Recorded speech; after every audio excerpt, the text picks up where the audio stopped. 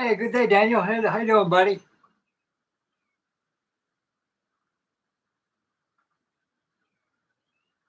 Yeah, I know it is, buddy. I tell you what it is. My time arrangement is getting a little different right now. Like I said, I'm going to bed around 8. I'm starting to go to bed around 9 o'clock at night. And pretty soon around 8:30, and I wake up by 3 o'clock in the morning. I'm up all day long.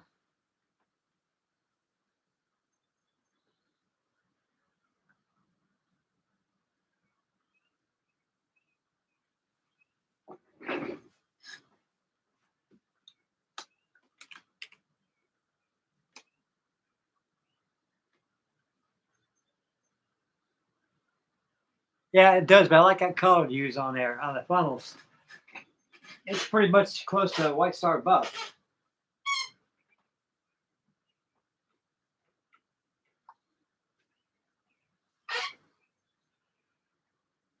Yep.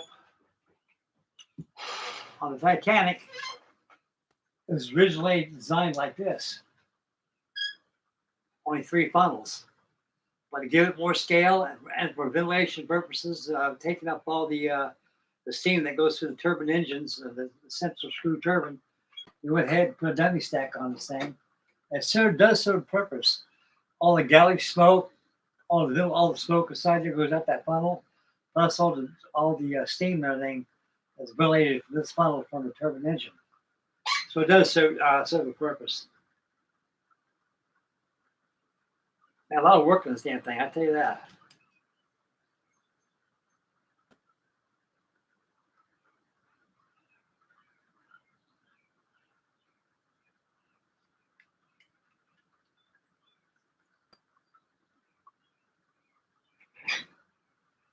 Yeah.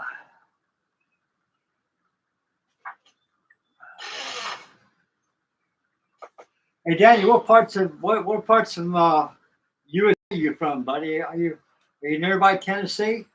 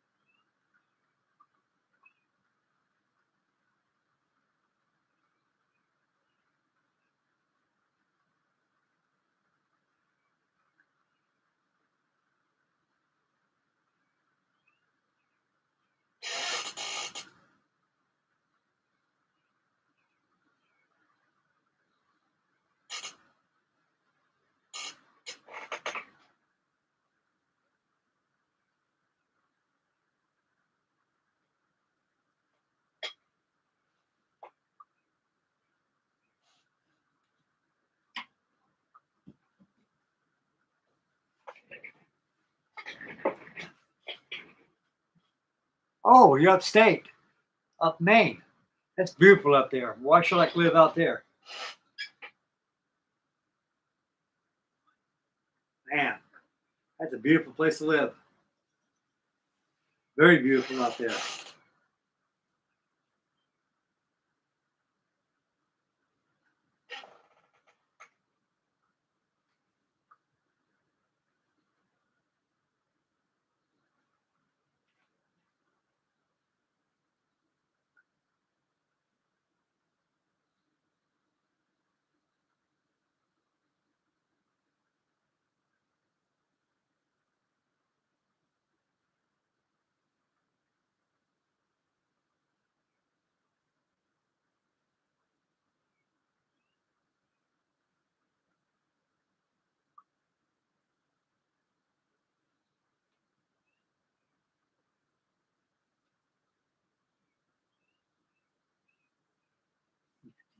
Okay, I think it's over here.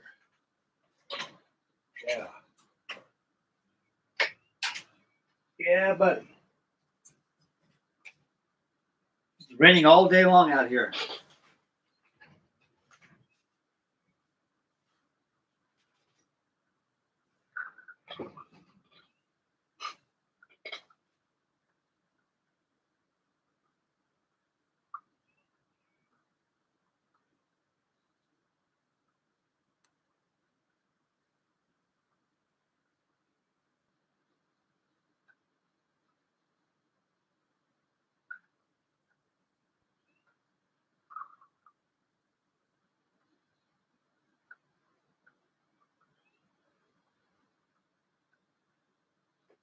Yeah, there's a lot of history out here in Tennessee, buddy. A lot of history out here.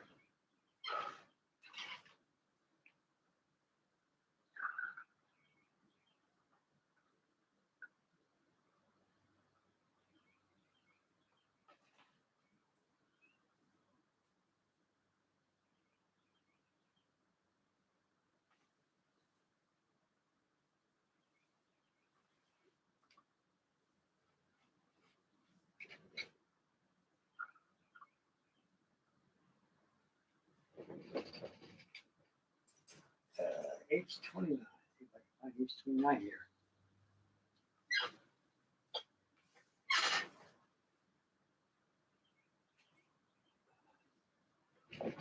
Yeah. Let's see here. Where am I at? H29, huh?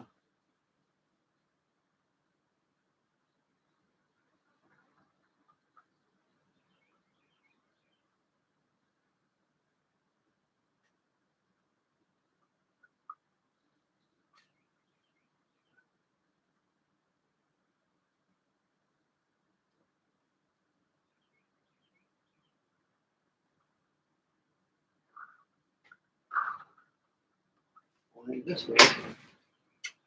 There's this one here.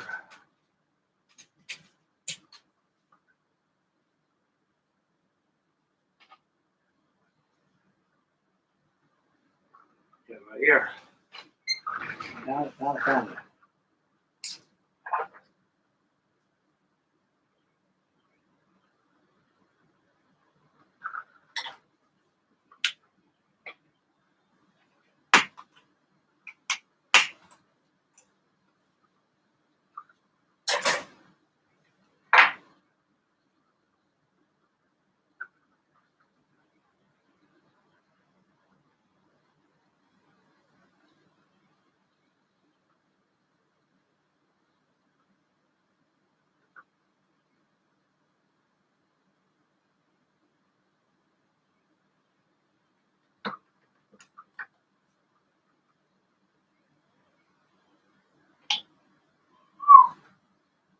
Yeah.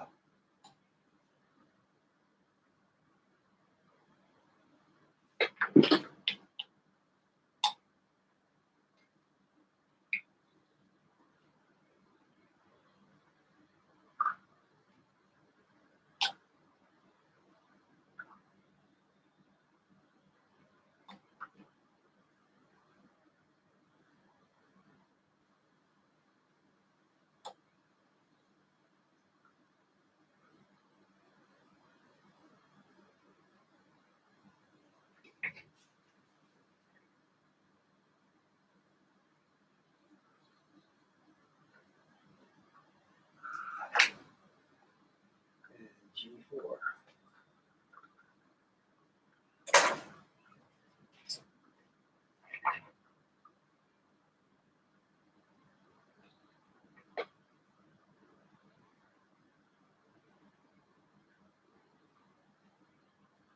Okay, what is that? Yeah, so it follows G4, G4, G4. Oh, right there.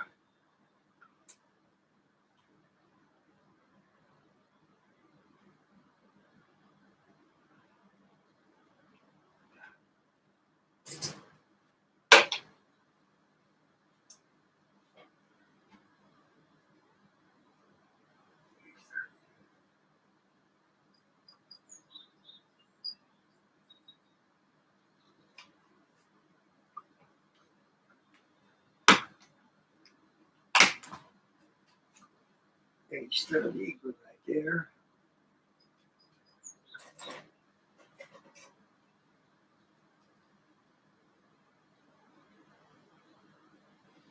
E65, E65. I saw you.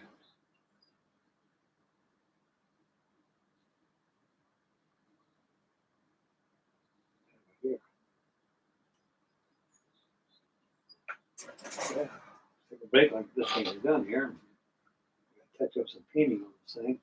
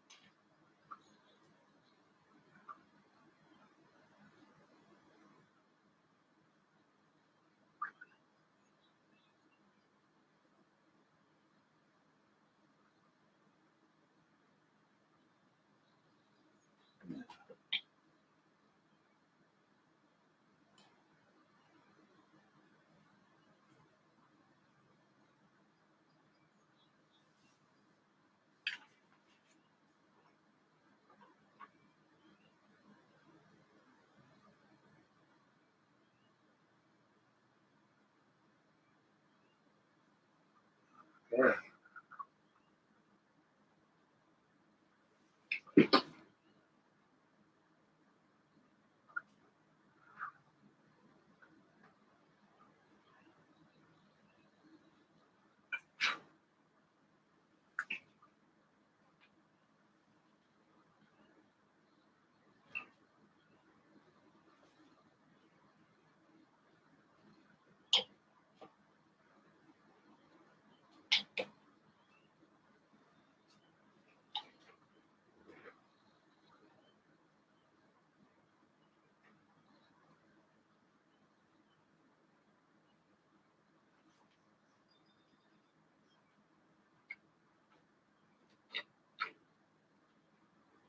Now, okay, I'm just gonna take a break.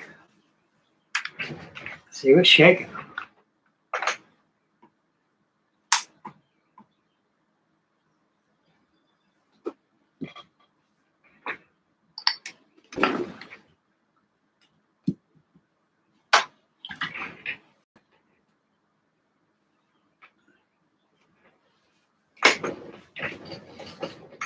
Yeah.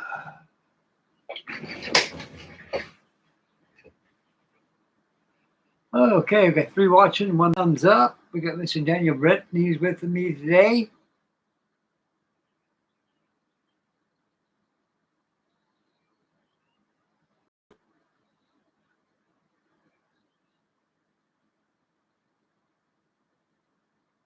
Oh yeah. Huh. Yeah, because you probably get the same weather system we get.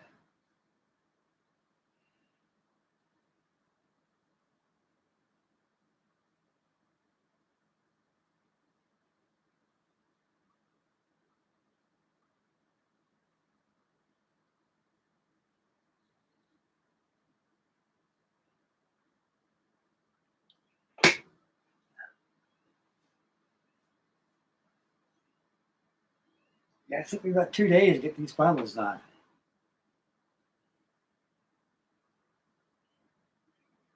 Got the ladders, the steam whistles, everything on that thing. A lot of work on this bad boy.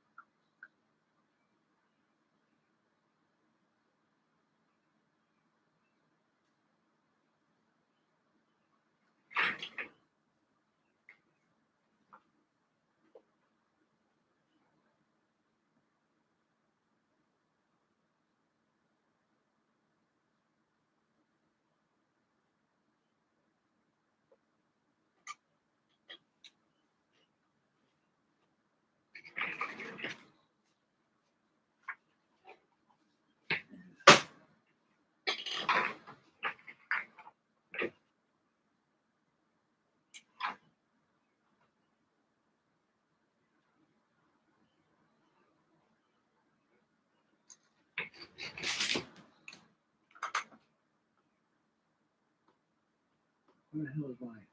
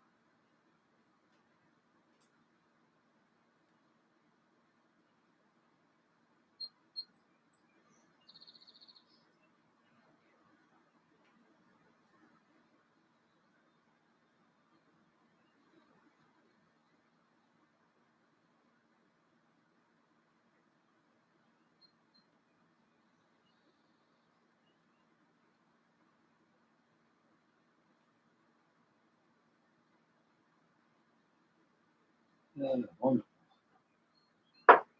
that pretty good.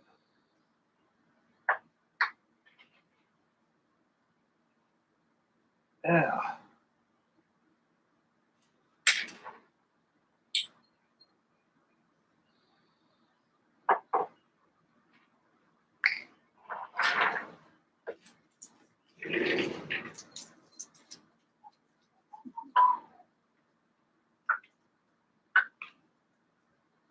That looks pretty good.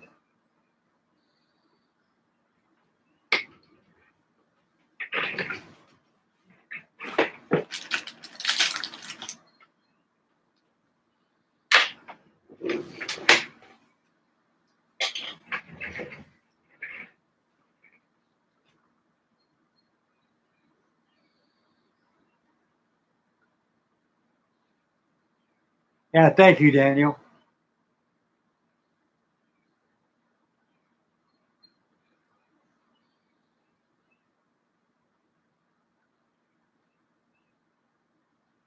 Yeah, I love that melody too. That camp steam. I'm gonna get her in the water pretty soon. So get myself out of the store to get my radio gear going. I can put the. She's already got a motor in already and a servo. All I need is a speed control and the battery. She's ready to roll.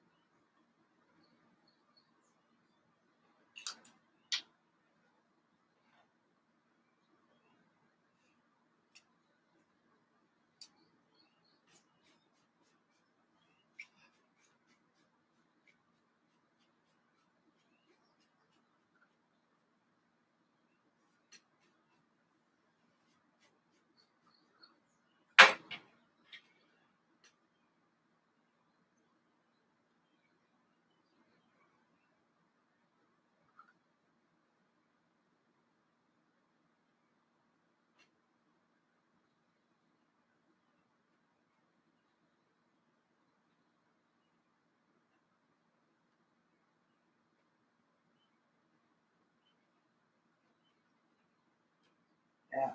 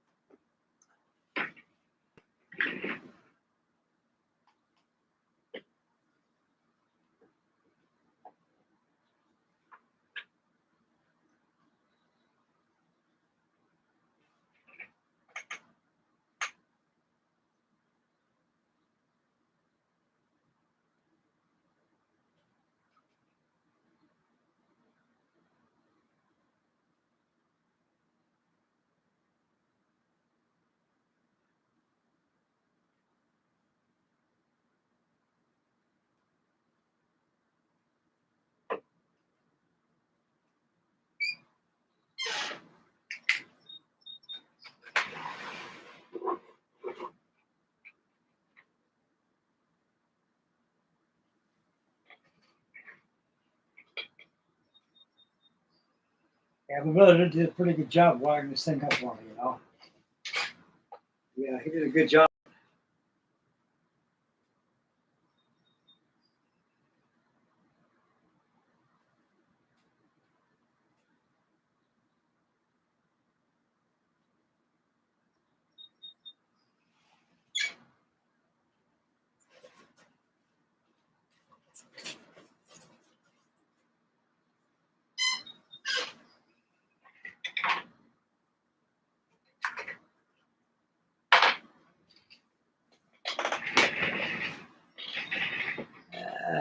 This lifeboat's on air.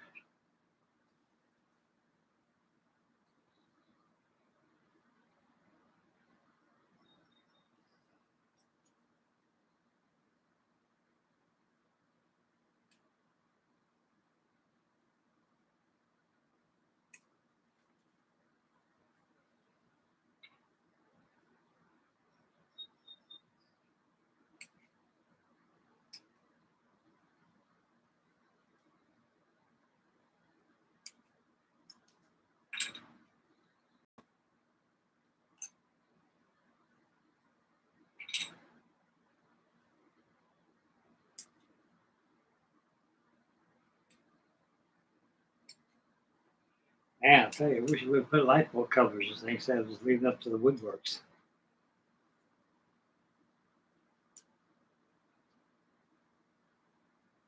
Yeah, probably I can make that out of tissue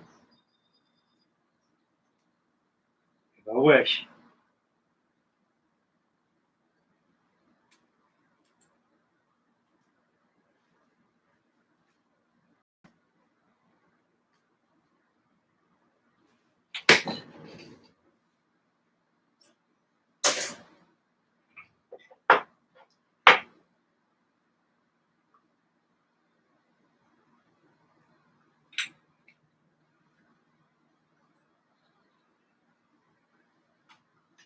The sun's going to come out. Yeah, we can use the rain, guys. We sure could.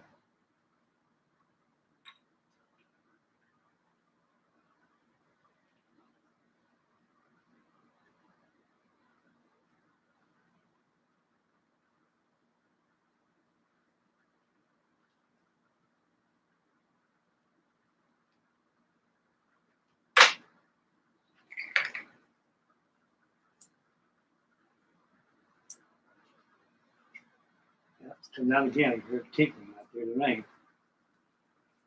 Yeah, we're gonna have a double stream today, fellas. We're gonna have work.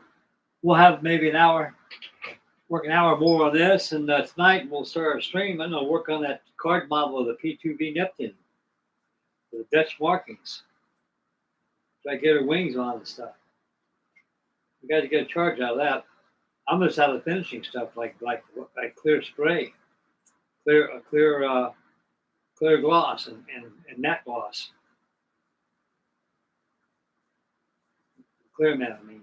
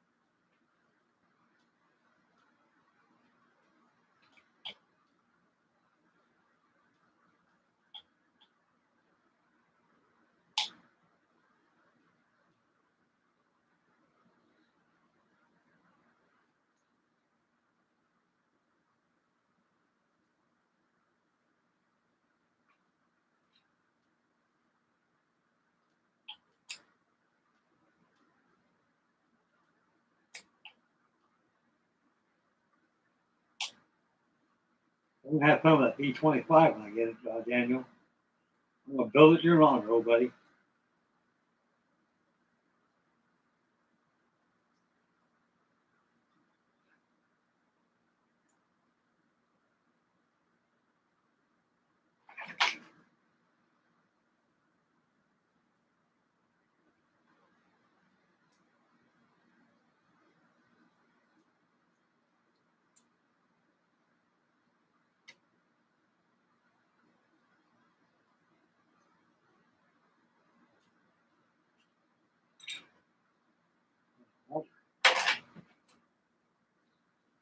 Wonder.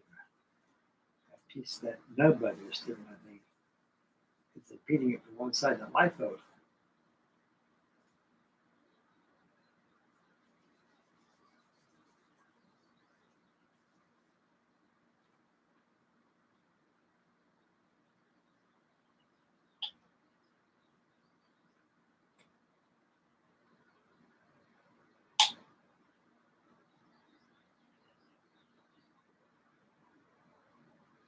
Oh, that's how it goes. Just like that.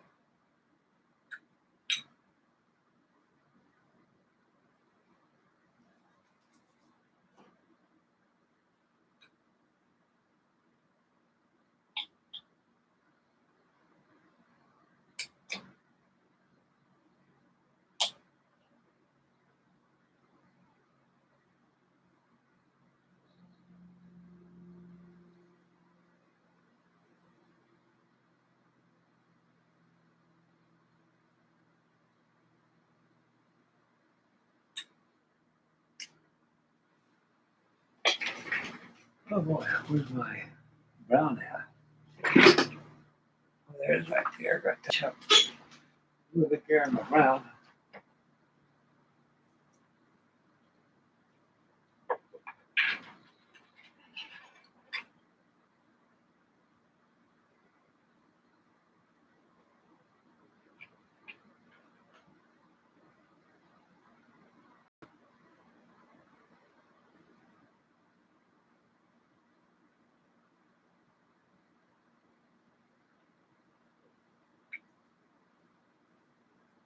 Yeah, wonderful.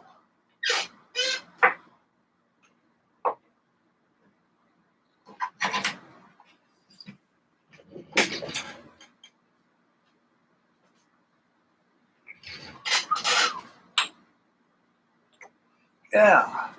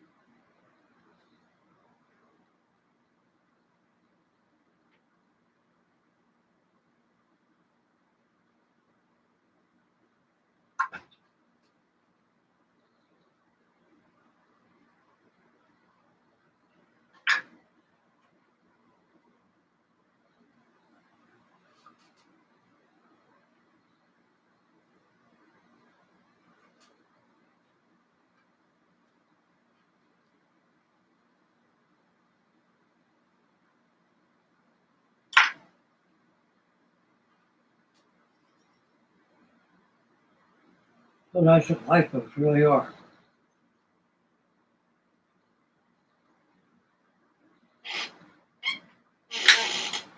Yeah.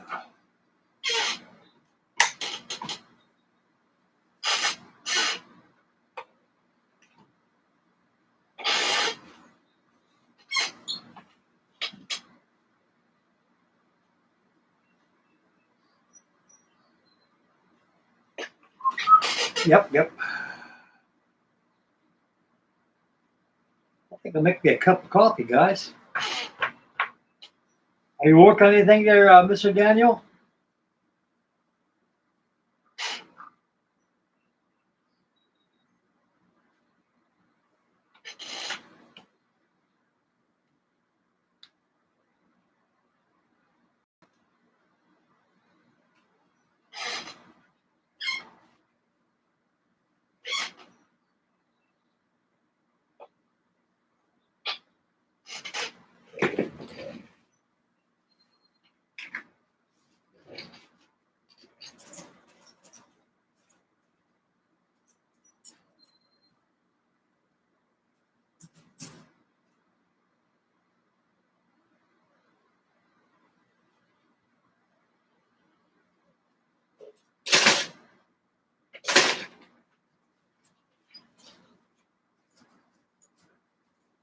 Jeez, moves. Next news getting lesser and lesser.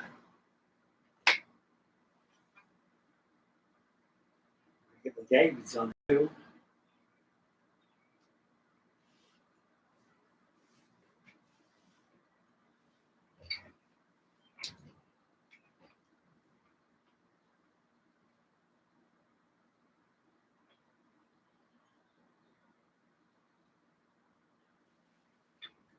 Let's see here.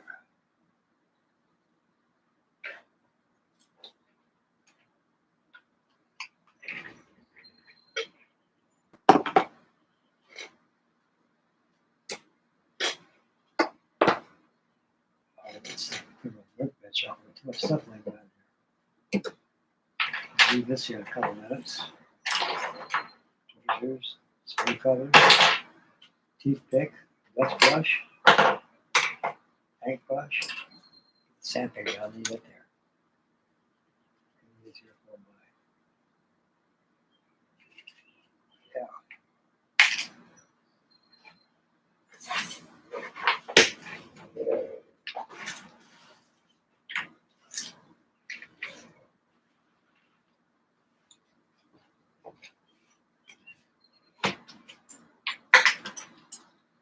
Okay, I'm gonna make me some coffee.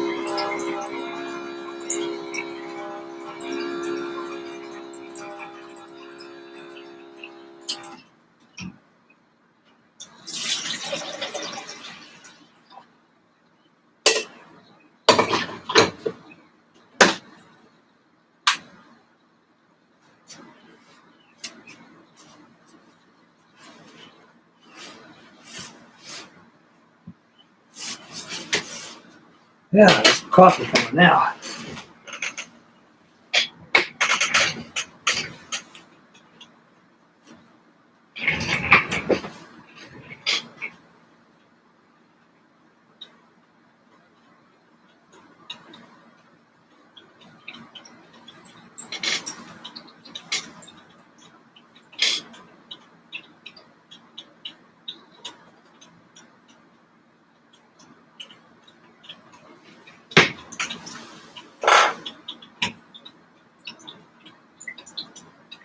It's big. Ooh, Titanic is huge. Huge, huge, huge, huge, huge.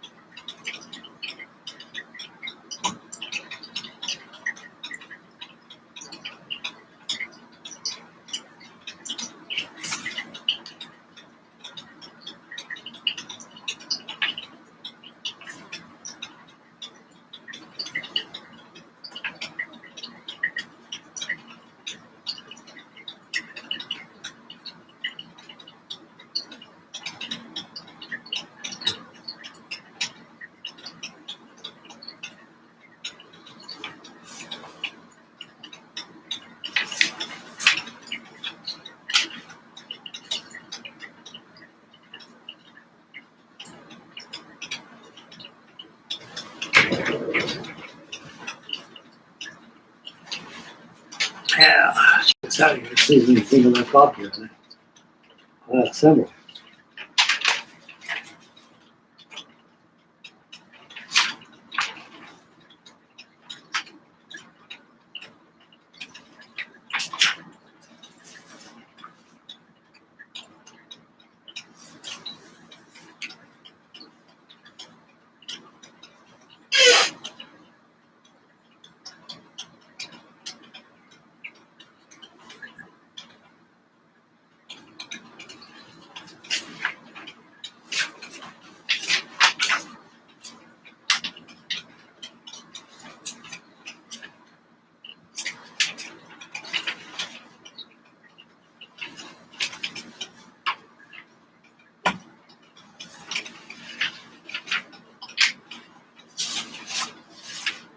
Whoa.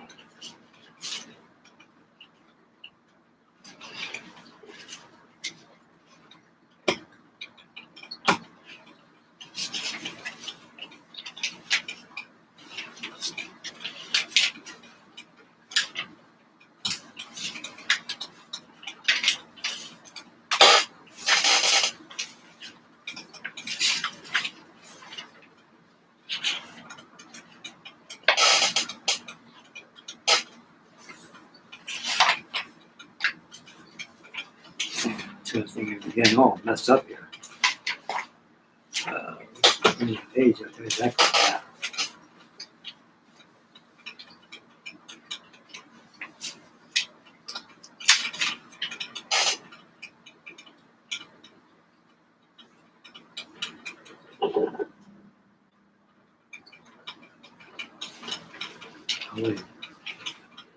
Gummy sack casing. What was there any?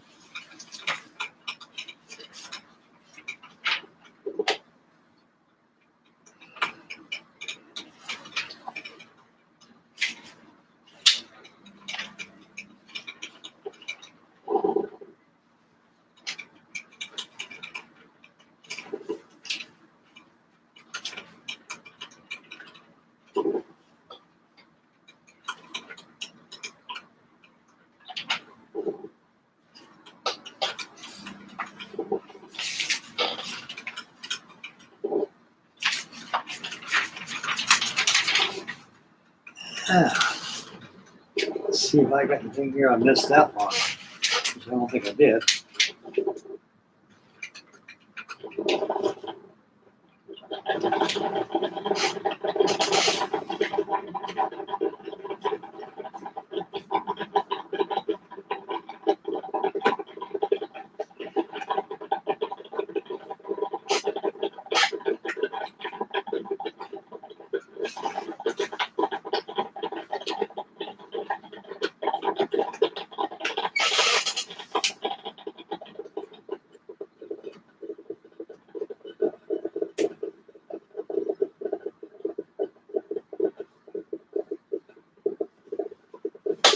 Where the hell?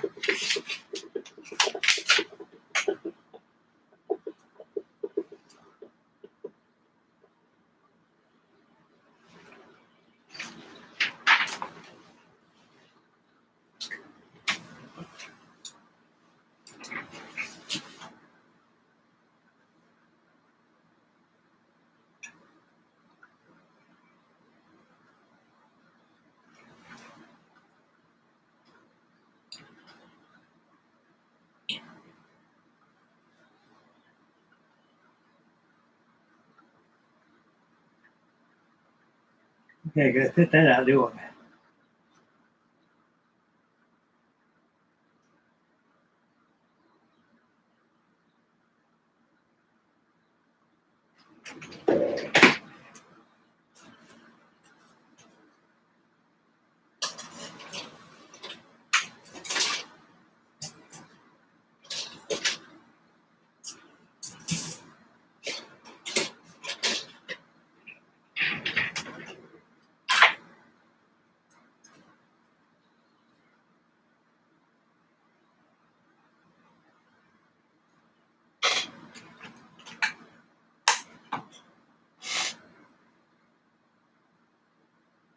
E4, E4. There it is.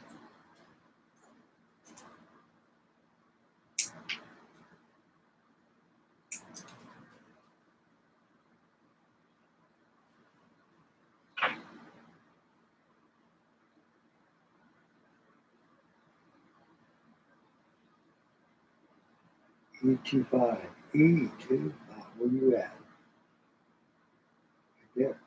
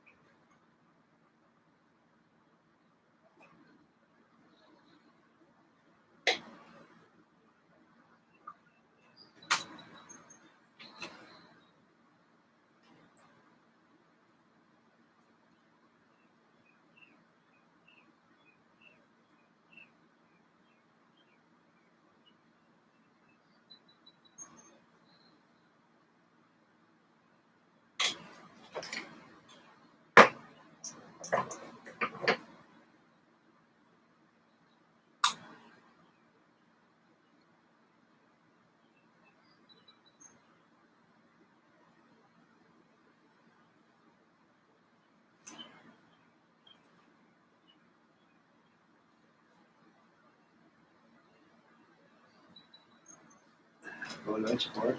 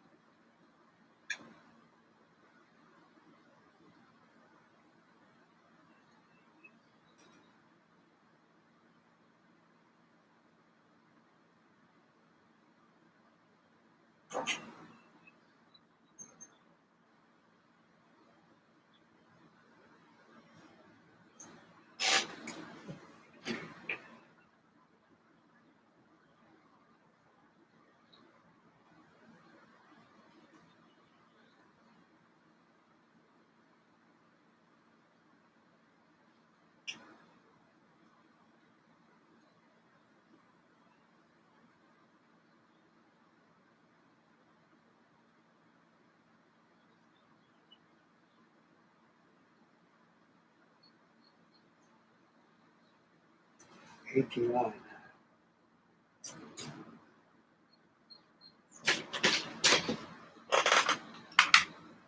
E29.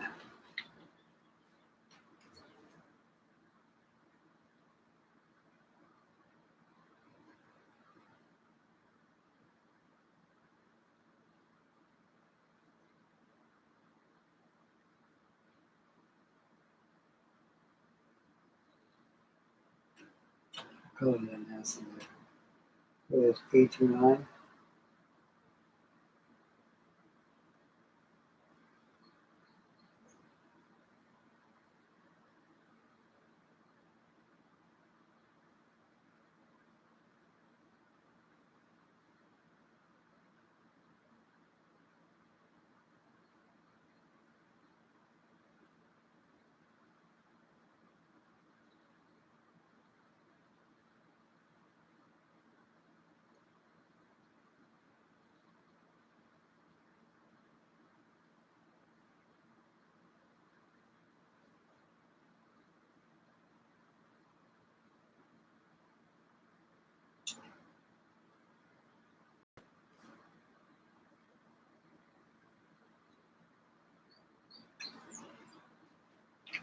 This is right there.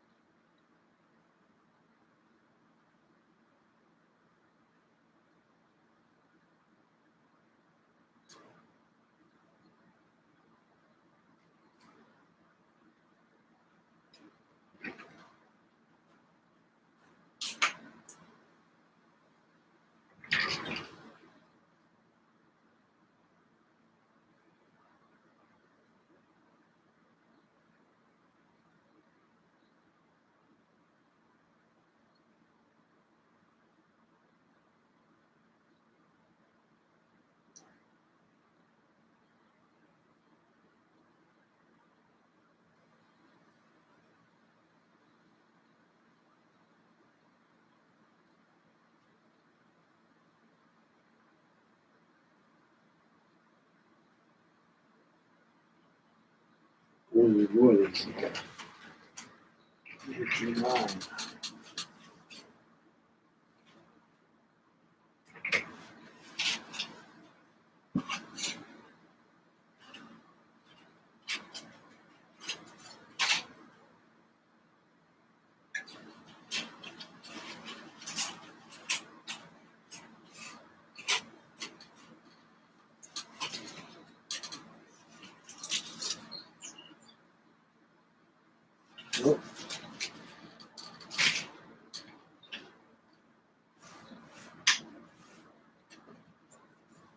Check the box.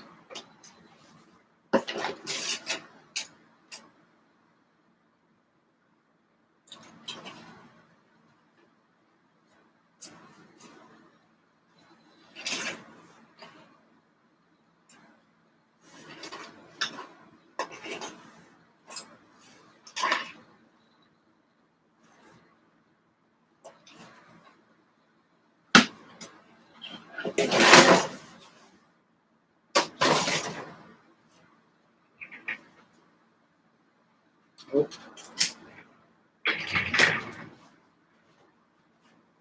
Let's go up now. 89.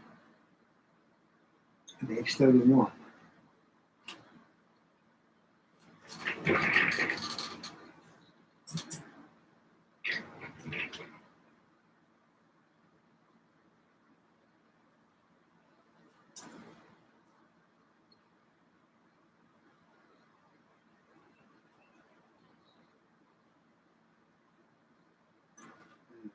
There.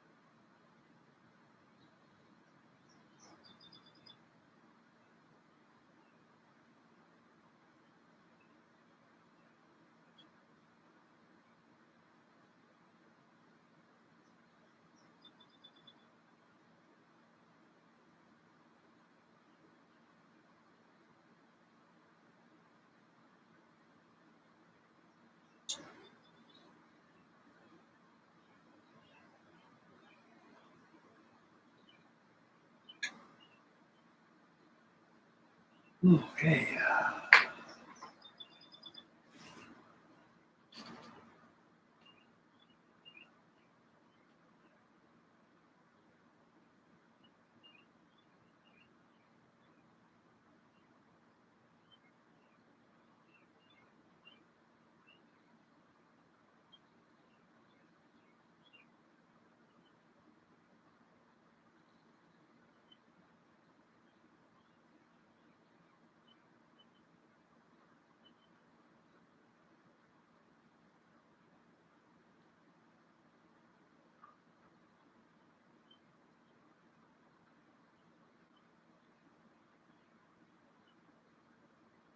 E15.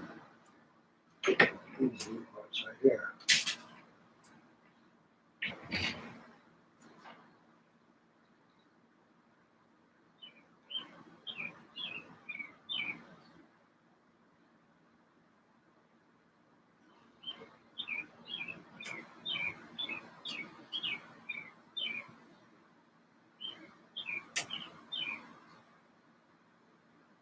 G15, no wonder.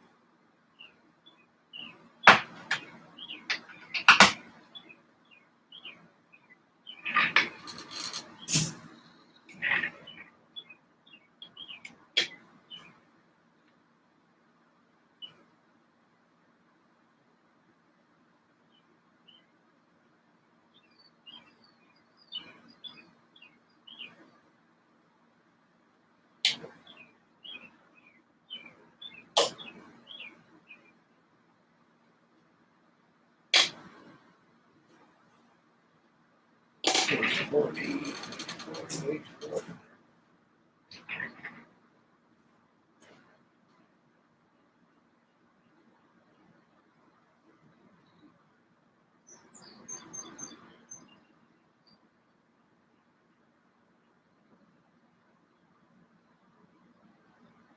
H40. Guitar.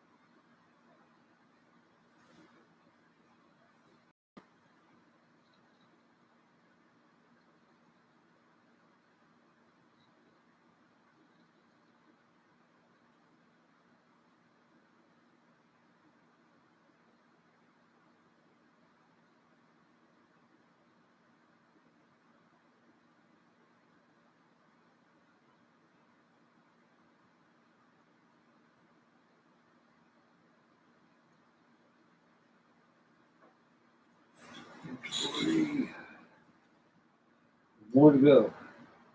And I'm going to take a break. Okay.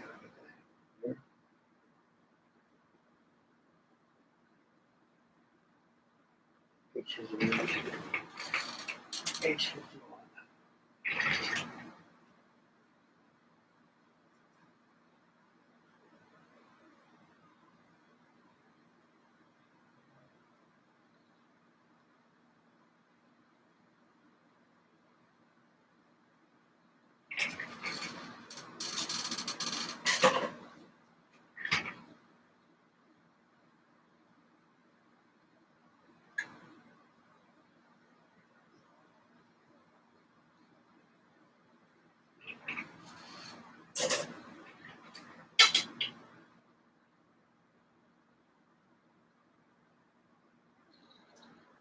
E51. It's right here.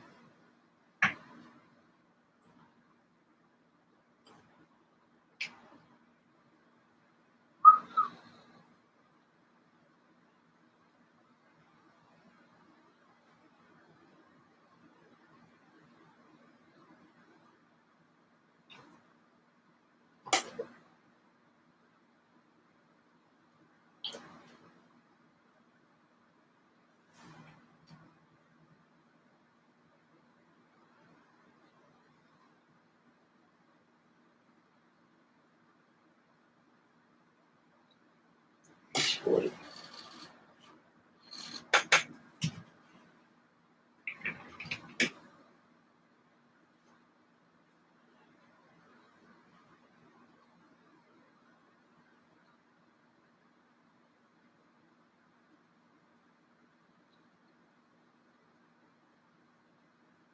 And here.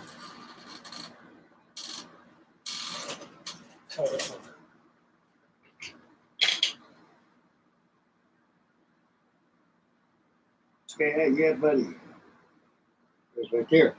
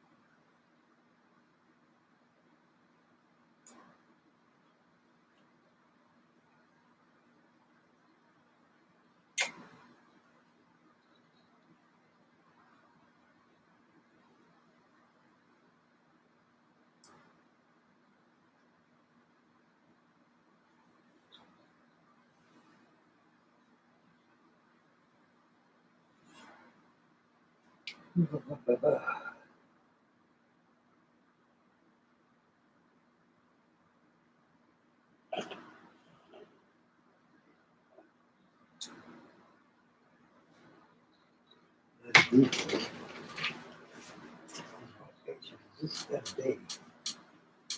These are H jobs here.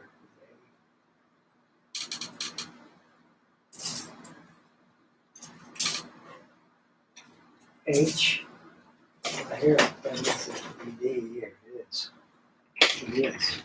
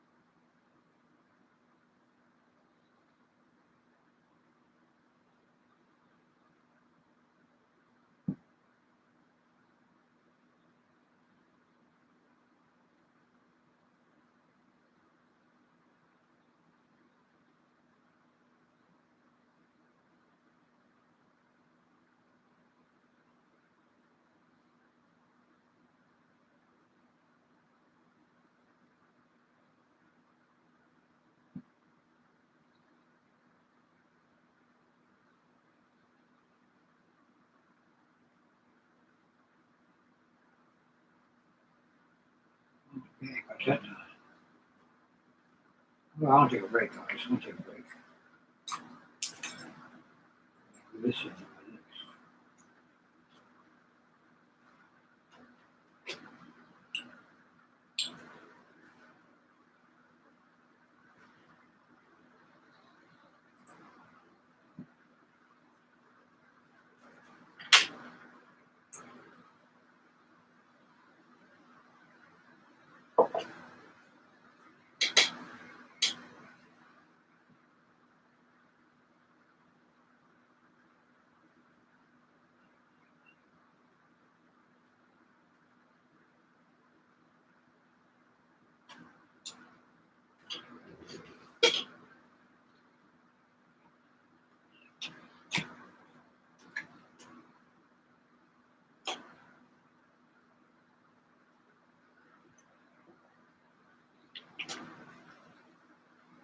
get in there, get in there, get in there. Okay, it's coffee time.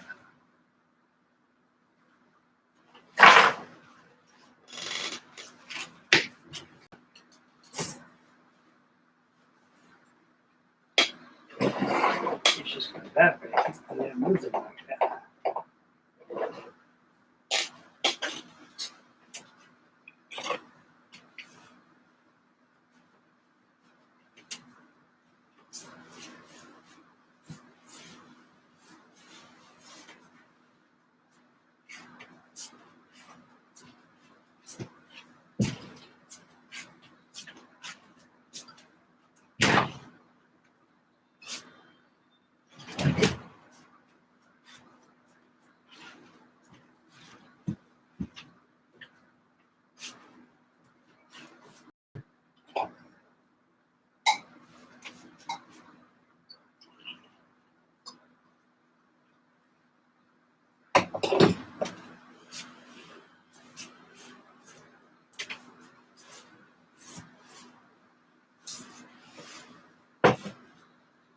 Okay, let's have the chat board. Let's See what's going on right there.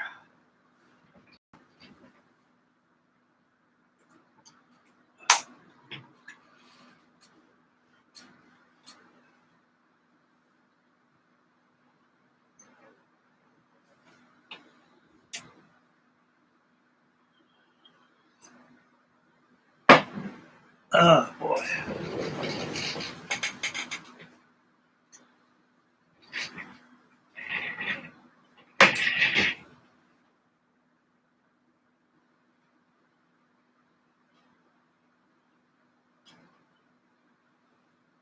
Okay, we got two watching, and we got Mr. Daniel Britton. He's with us.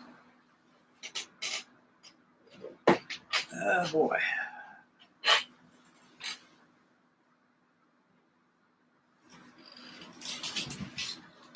Yeah.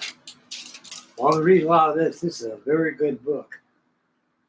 I highly suggest this is a very good reading. You got one of these publications. I'm glad my baby girl bought that for me. First print was 1986. I got this in 1999.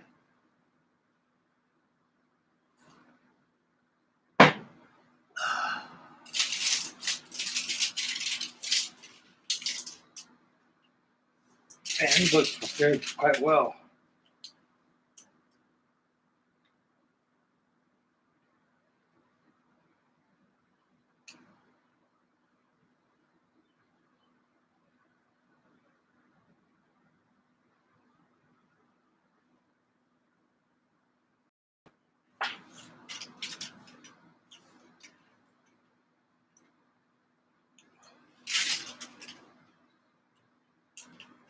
Oh yeah.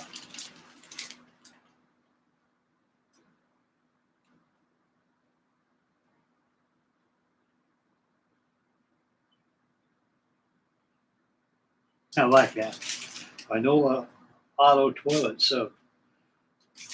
Right, but first batch, but the rest get the wash, of course. I like that on the what was it? I can remember, yeah. Sir, are you a foreigner? Me? So we don't think you're steering the mark as a bad taste.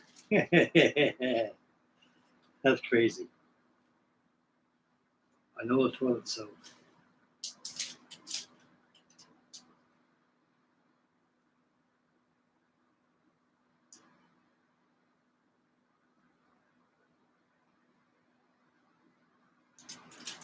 Yeah, I guess the bathroom combinations were the same, wasn't up to snuff. Imagine a lot of people smelled back in those days.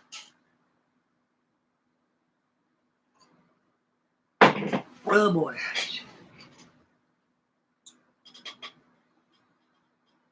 Hey, Sir Leslie, how you doing, big buddy? You okay, sir? Are you feeling okay and everything?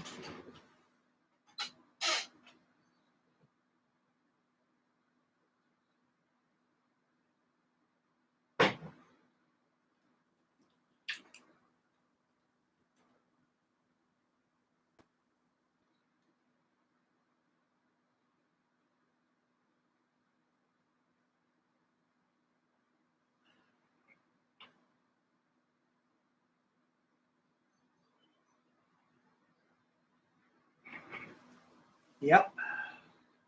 Working on my Trumpeter 1/200 scale RMS Titanic. This thing is a brute of a model, I'll tell you that.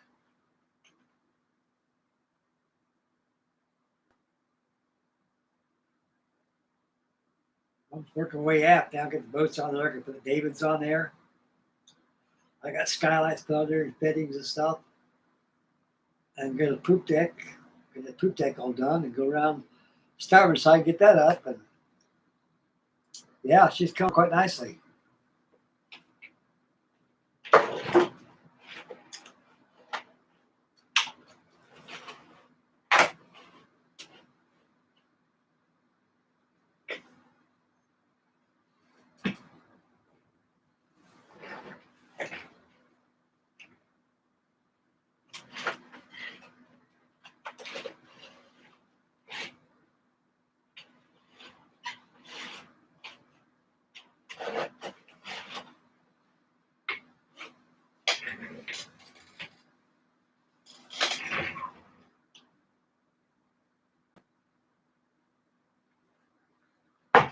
Yeah.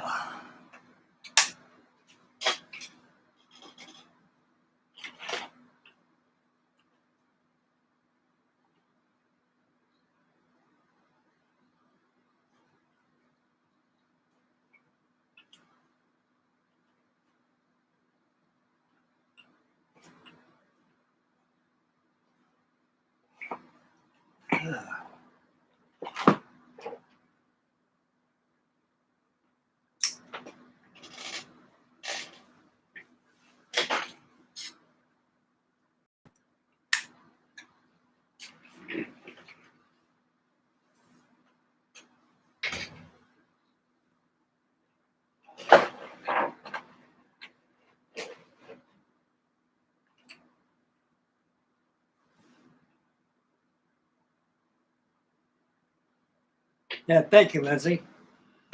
I've got the lights on this thing now. The thing looks pretty good, those lights. My brother wired it up for me before he passed away.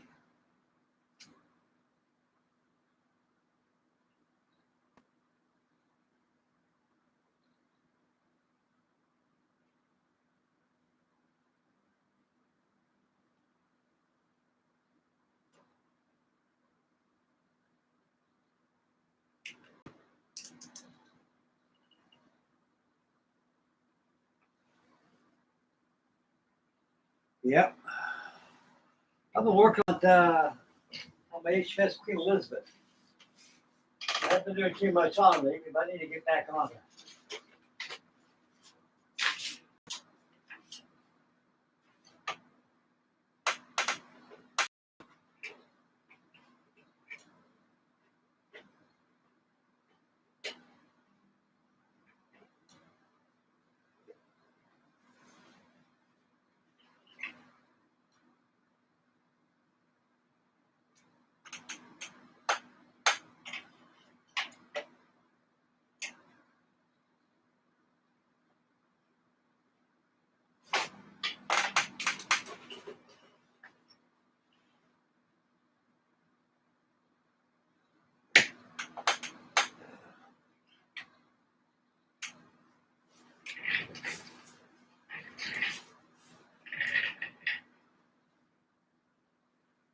I haven't got the hull painted yet, though. You got the water line all done. I got to do the painting on the camo. Nothing right home yet on it.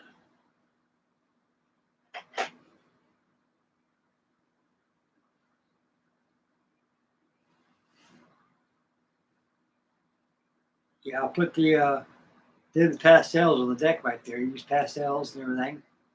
Yeah, pretty good. This is a beautiful looking battleship. It sure is. I've always loved English battleships. A lot of people don't know that, especially in America. A lot of people don't understand that we got our designs from the English.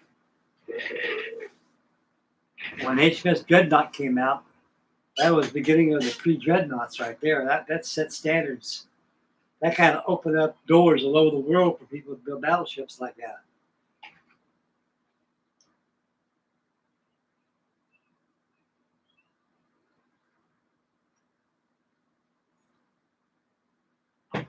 Yep.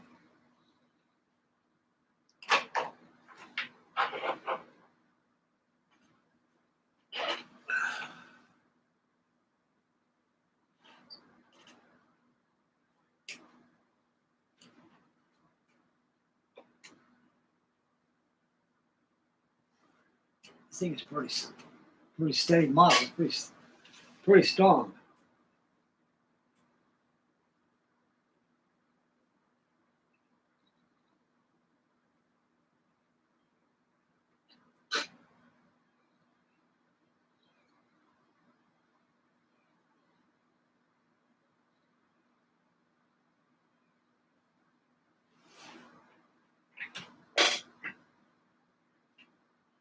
Yeah.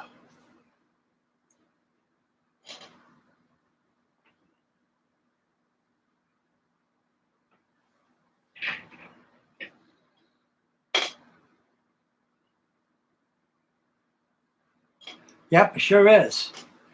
The Trumpeter 1/200 scale.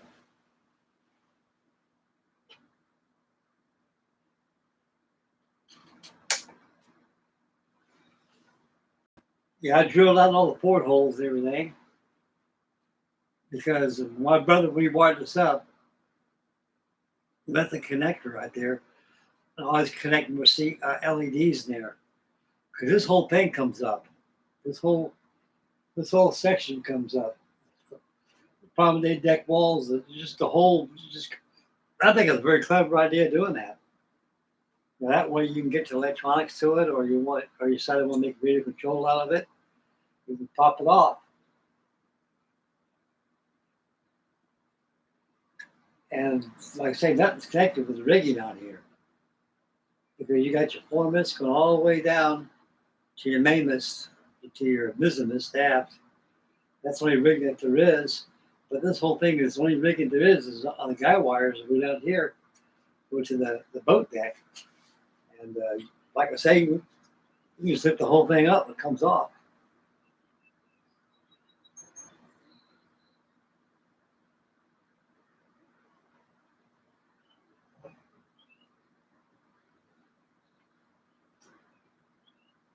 It's pretty much a museum piece. You just got to take your time and do it right, you know.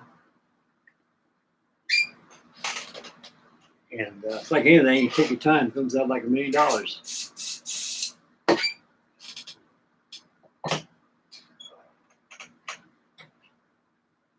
can see a little holiday right there.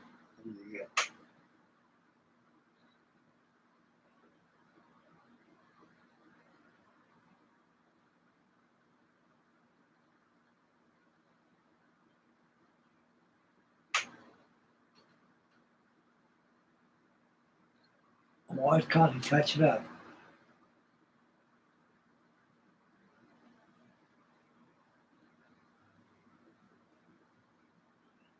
Spent about 2 days on those funnels right there. It took some time.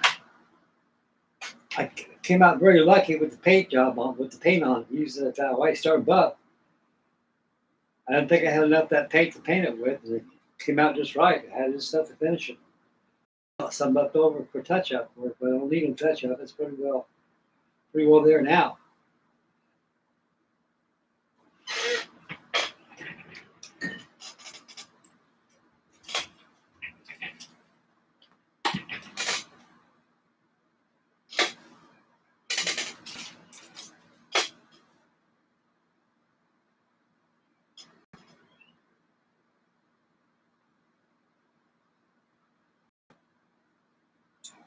Are you working on anything right now, Mr. Leslie? What the hell was that?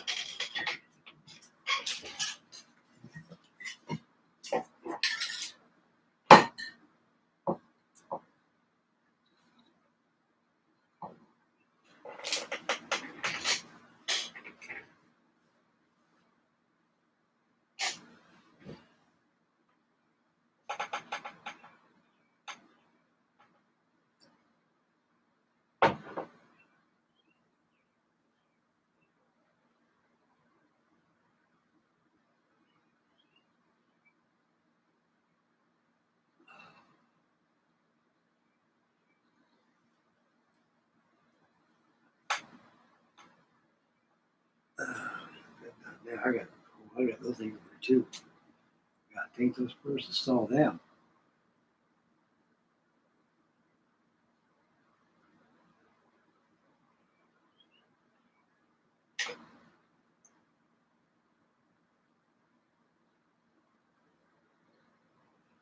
Woohoo!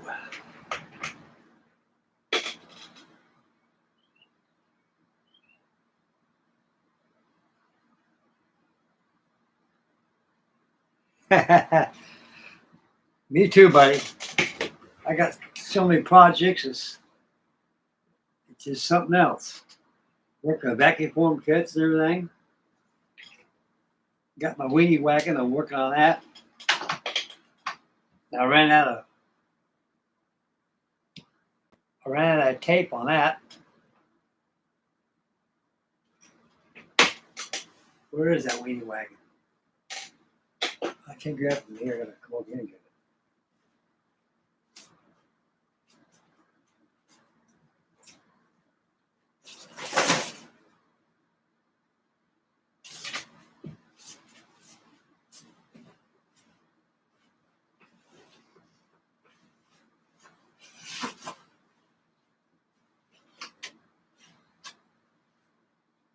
My tanks are big. It's taking up my darn room.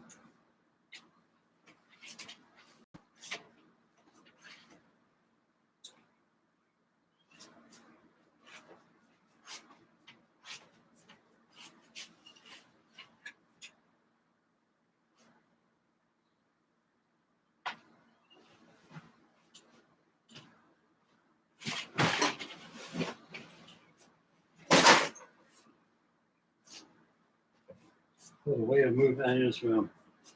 Got myself boxed in with all these models.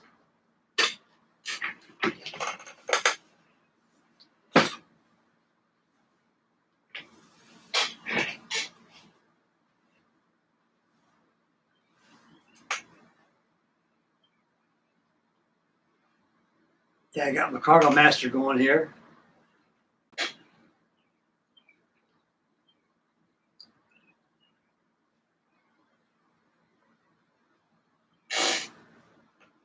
This is a vacuum form kit. Start getting the decals put on it and everything.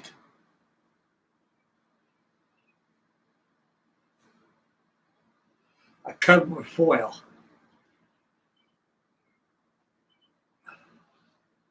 A lot of foil gives the illusion of real metal too. Like I say, you can almost shave off this bad boy. The old Cargo Master.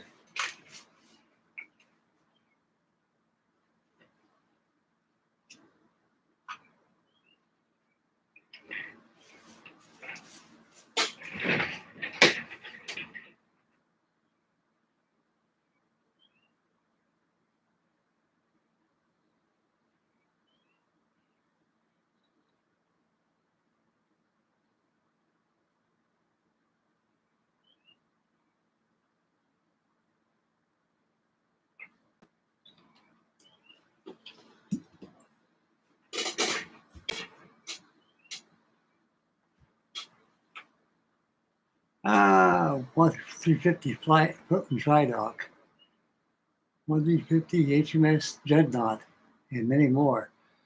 Yeah, that Dreadnought's a pretty good kit. I've got one by Trumpeter I built. Came out real nice. You know, when I was building it, it looks awful small, you know, compared to the Queen Elizabeth and the Arizona and the rest. Of course, you know, it's first of its type of the Dreadnought. So that they did it to get away from the old pillbox battleships he had, you know, during the Spanish-American War and such. You know, it was what it did. All the worlds were stunned. Oh my God, that's a super battleship, you know. And she was the way. She's well loved in England. She's a very beautiful ship. I've got one too, 350 scale. Like I say, it's probably about like that. You know, not very big, but it's got a lot of parts to that thing. I'll tell you right now, you got to be very careful, especially tiny parts. I'll tell you the hair pullers at USS Texas I got. Man, I've never seen much. Every step, every sub-assembly you build in that USS Texas by Trumpeter, there's photo etch involved.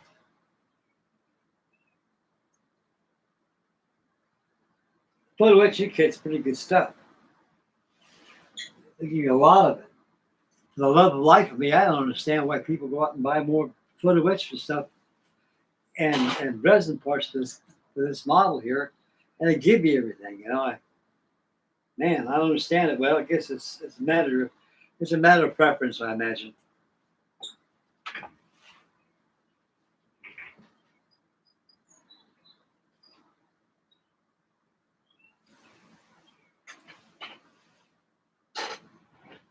I think I posted. What the hell I posted on there? Yeah, the albatross. Yeah, I finished that up. That's hanging up there, along with my fleet of airplanes. Albatross came out pretty good. That's my second rodeo. I think I bought two of those, and I think I bought that about 20 years ago. Quite sure did. I think about $70 a piece I paid for them. And probably more than that now.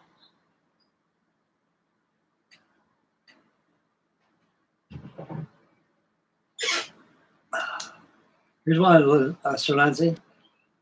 This is hull 401. HMS Queen Mary. I built that about 50 years ago.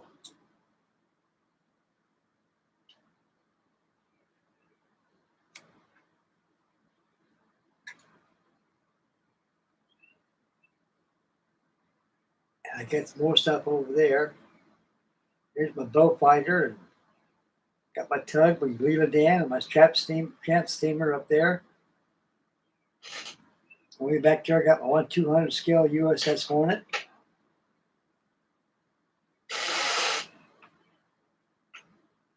And up over there, I got my USS Forestall.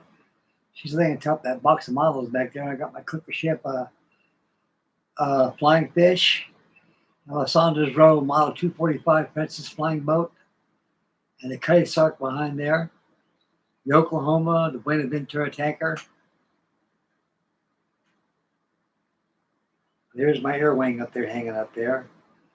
Got my RV6 Constitution, the B-17. My N263 Swallow, my B-36 Peacemaker, my Heikel, my Albatross. Got a B-24 hanging over there. Coronado Flying Boat. Jet Zero. B-25 Tokyo Raider. Revell. 124 scale Airfix. Butcher Bird 190. I got the 118 scale Merit XPD Dauntless. And I got the Hobby Boss B-24 Liberator. That's going to be next posted on your modeling page here, Mr. Lindsay. There's my Spanish galleon, Isabella. I did that YouTube. I made 40 videos of that thing. That thing came out excellent. Because I was really reluctant to build that thing, because that thing would start to disintegrate on me, because I had it for a long time. I've had it for about 50 years. And it's been sitting out in the sun and stuff like that, and the wood started to dry up and everything. So what saved the wood is that polyurethane I put on there. That really saved the wood. Those old building kits, they get old, they dry up a lot because the kind of wood they use. They use that lime wood or rayon.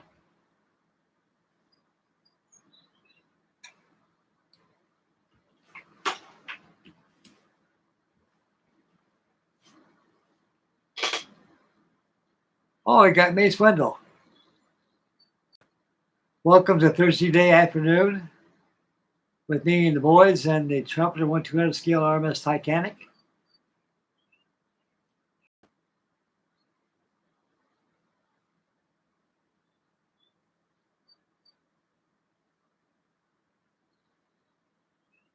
There you go. Looks like a pretty good build right there you got going on, buddy.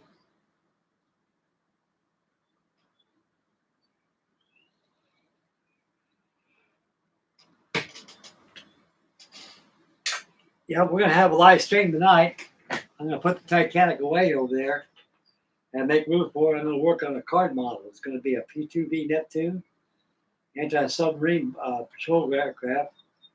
And we're going to be working on that. I like to get that thing going on. But like I say, I'm running out of finishing stuff for my plastic builds and also my wooden builds.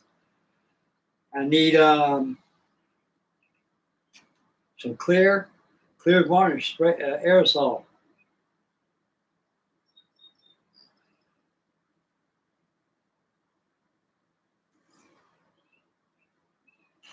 Yep.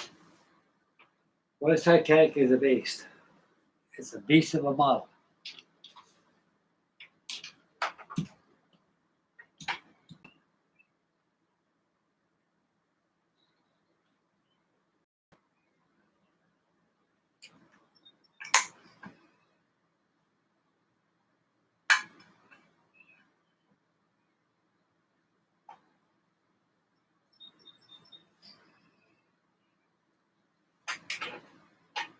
Okay, one thing, it sure is expensive.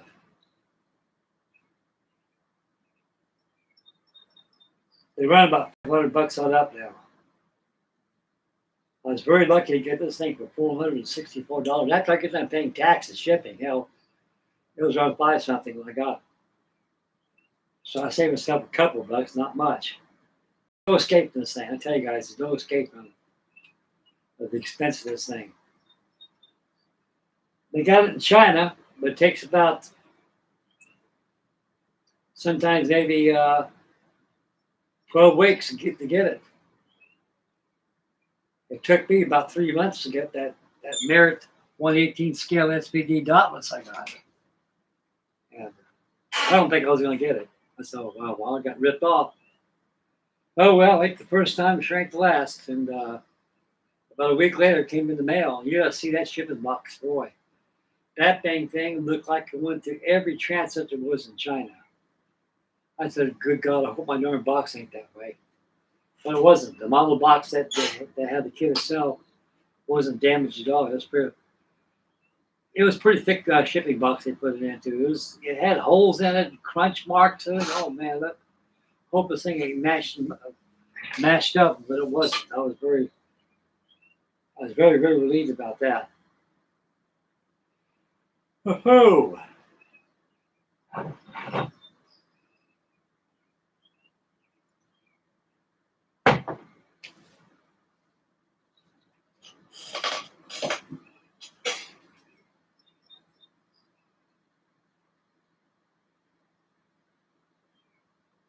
I get on my daughter.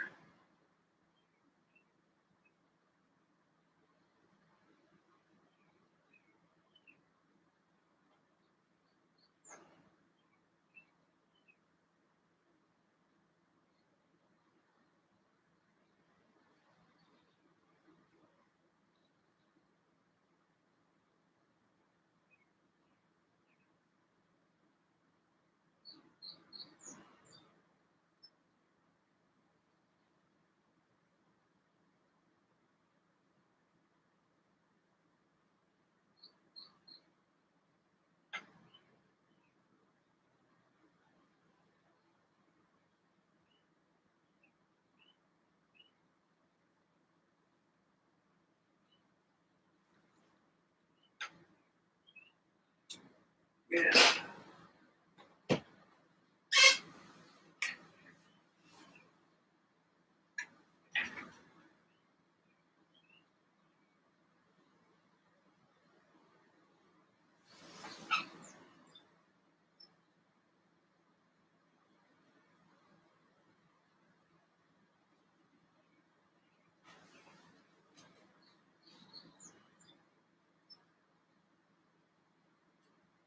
Woohoo.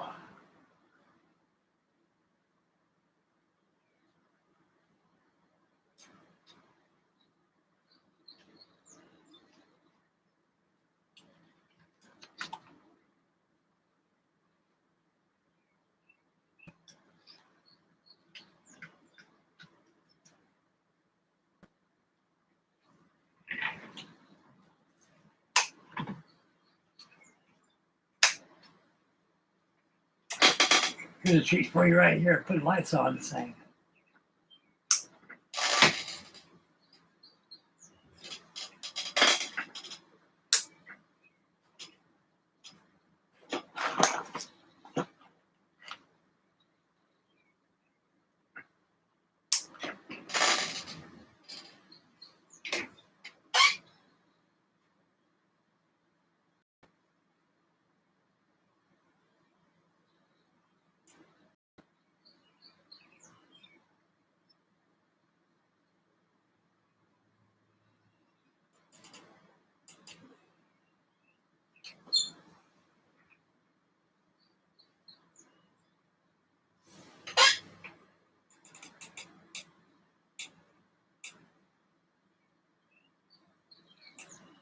Those LEDs, they really do a job on this thing. It's wonderful.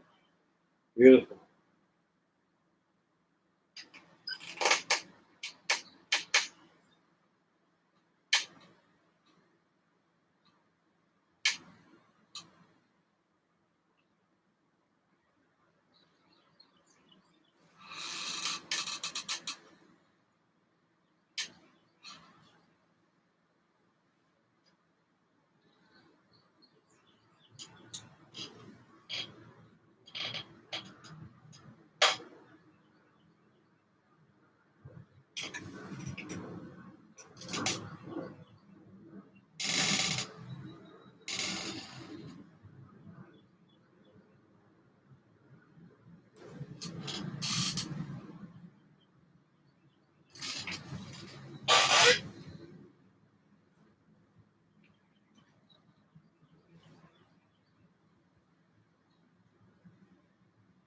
Yeah, it sure looks real.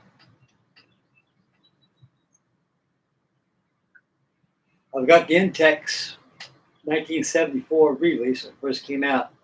It's behind me. It lights up with the LEDs. It lights up.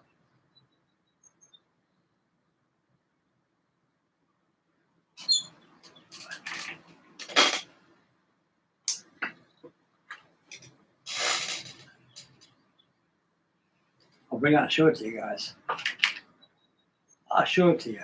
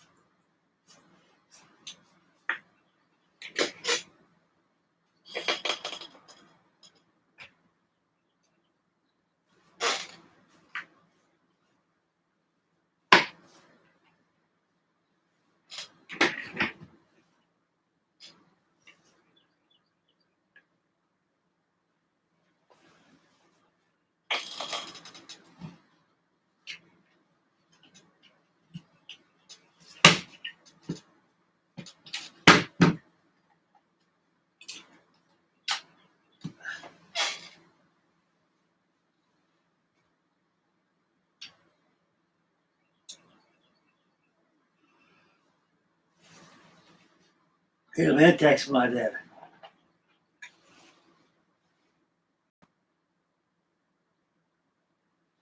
This 1/350 scale. I have LEDs, this thing.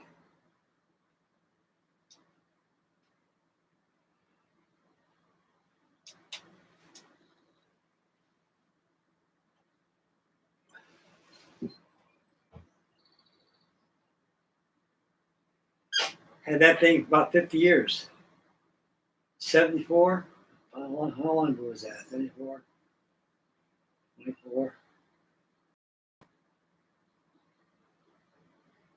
I think it's 52 years old. And back then only cost $19.95.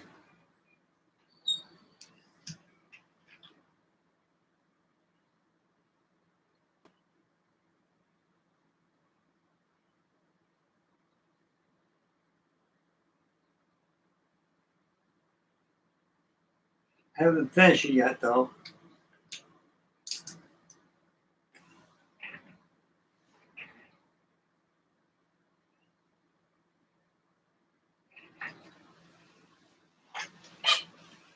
Even 1/350 scale, this thing is a big ship. Now we got my battleship Elizabeth over here. He was here for a reference.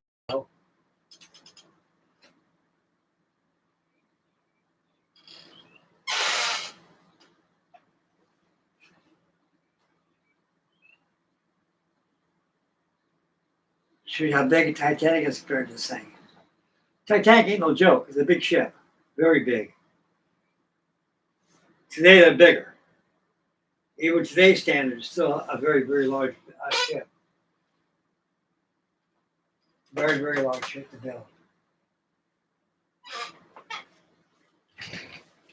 So I figured I'd get a kick out of that. This makes a good night lamp. It really does.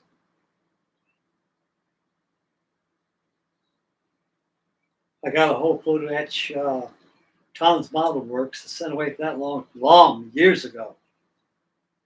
And I got the photo etch railings for it and everything, so I could finish that up. It's just almost ready for the photo etch stuff, railings, and I got to put the guy wires on the funnels. I got to put the skylight up here, get that done. The railings will follow the rigging.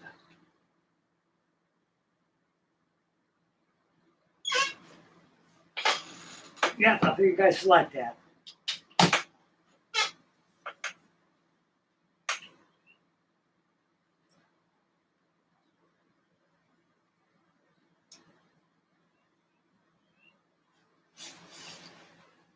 We worked that thing off and on for 52 years. I should live so long.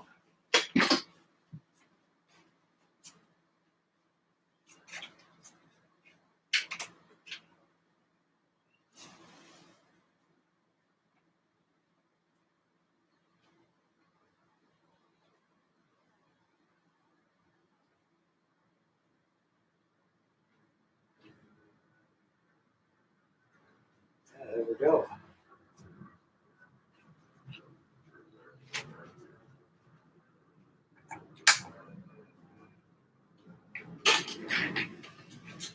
Yeah.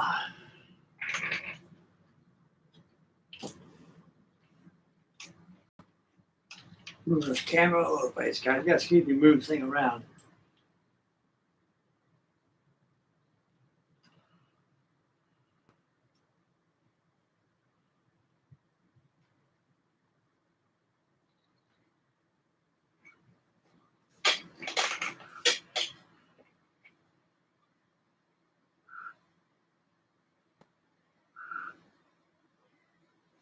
Move over here a little bit. So I can see the chat board, guys. Got tree frogs outside. Hear them croaking.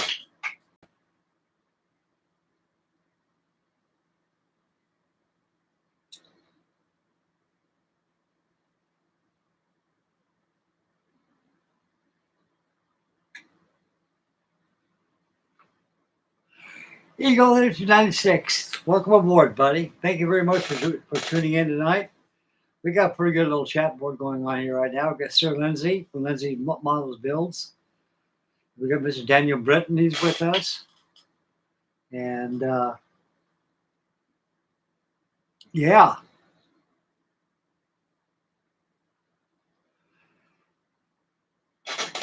At 1/400 scale, I got two of those 1/400 scale Titanics. I've got the Revell one, and also got the Academy one.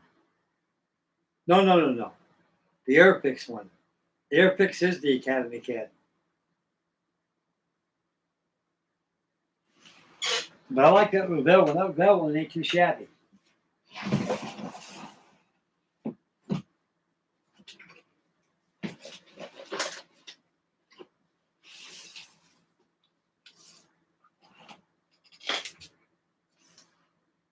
There's a Revell one, 1/400 scale.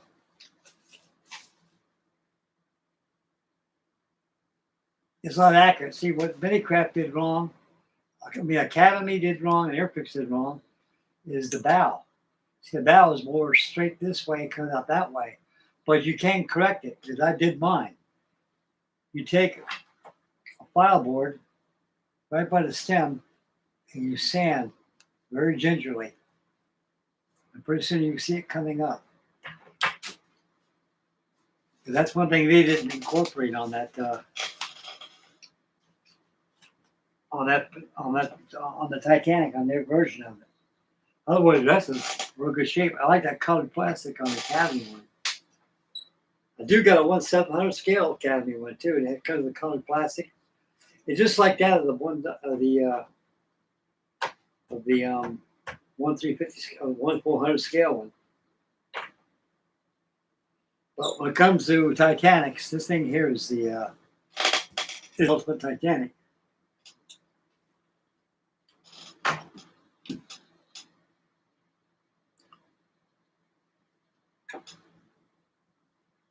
And like I say, you know, if you get this publication,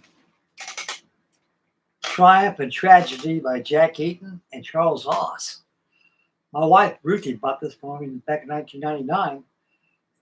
Like I say, I suggest it's good reading. It has deck plans.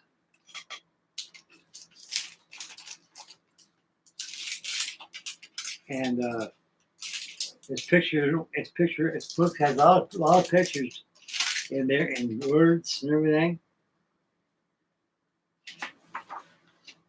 The owners.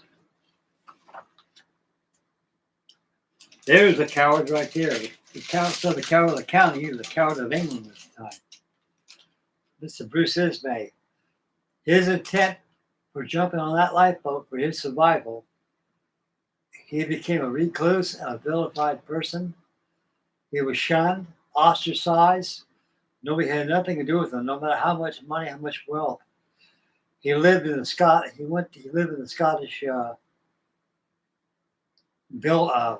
castle. I guess not castle, but I forget what they call that. He lived in his home, and he died a very lonely man. What killed him was diabetes. He came out with diabetes. He had diabetes really bad. It finished him off. But like I imagine this guy never had a clear mind after the sinking. I bet he took the Titanic in his dreams every night. Every night he went to sleep, he had nightmares of the Titanic. This here is J.P. Morgan, the American financier. He was accused of monopolizing key industry. And so he really got chewed out for it, too. You got Lord Perry here, and you got Lusitania, the Mauritania. Very good stuff here. They got the big gantries out here where they built the Titanic, Olympic, and the Britannic. Before they did that, they had to clear out the channel. Oh yeah, they had to dredge out the channel and tear out a lot of stuff, make it bigger because it was a big ship. I mean, it was huge, and so they had to make preparations.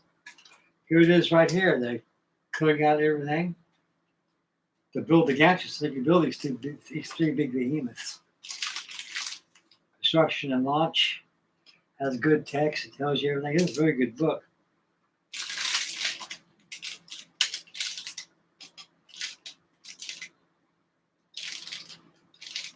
I mean, this stuff here I've never seen before, you know. Even when I was a kid growing up, there was nothing on the Titanic, nothing. The only thing that was out there on the Titanic was movies or the book by Walter Lord. I remember watching Titanic, the 1953 movie, with Robert Wagner and Barbara Stanwyck. And they had Cliff something, I forget his name is. And it was a good movie. I was watching it, and I asked my father, his dad, is that Titanic? Is that true ship? They go, oh yes, it is. Where'd you see that? I saw it on television.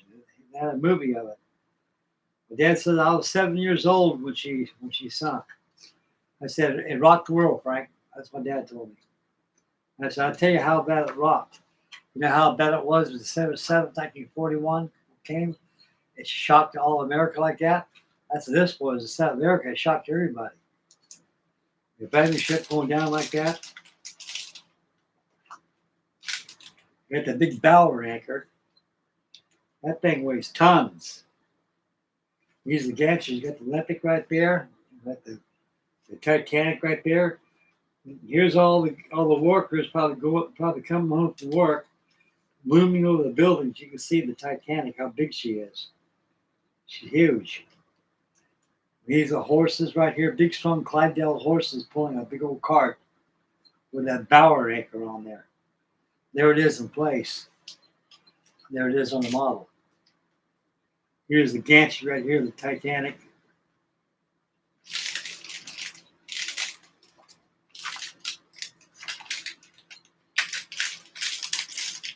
You can see her looming over the top. There's a lady right there. Looking at her, looking at the Titanic. This thing was big, it's huge. Those people are like piss ants compared to this thing.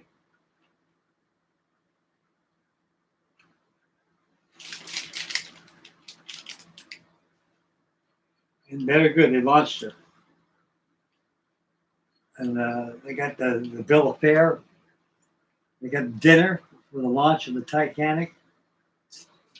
And the food there is very foreign to me. Looks like it's pretty much French cuisine.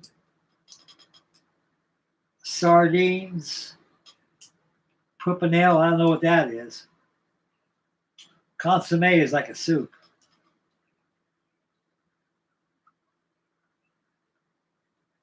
Stuff I don't even know what it is. Don't have a clue. Probably delicious as heck, but I wouldn't know. And the fitting out. Once they fit it out, they put their 29 boilers in there, their reciprocating engines in there, and here's all the personnel, the inside furnishings, the White Star Line, the Olympic triple screw, 45,000 tons. There's a third class general population room. There's a first class, third class general room, second class dining room. Look pretty nice. And there's a big gash from the Hawk, a cruiser Hawk. Boom! Harpooned her on the starboard quarter, on the starboard quarter on her butt next to her poop deck.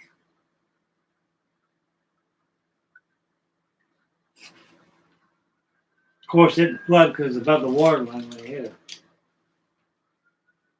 Here's the central screw. And there's been a controversy between a debate, not controversy, there's a debate on the center screw to use the Titanic. Now, on this kit here, they give you two center screws. They give you a 4-blade and a 3-blade. And a lot of people people out there don't know. They're in question. The Titanic had a three-blade prop, and the Olympic had 4, and the Britannic had 4. One of them did have 3 blades.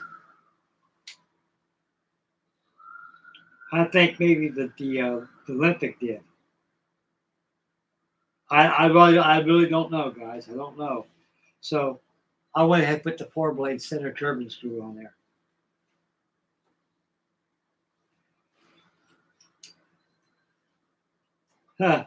This Viola Auto toilet soap.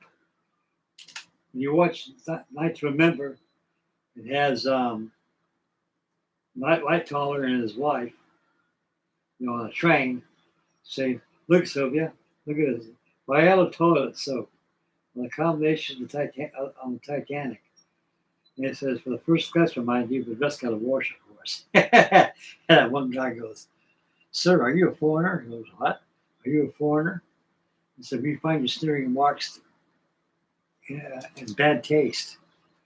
I hope it's all about the soap, not the Titanic. That was something else. Trials.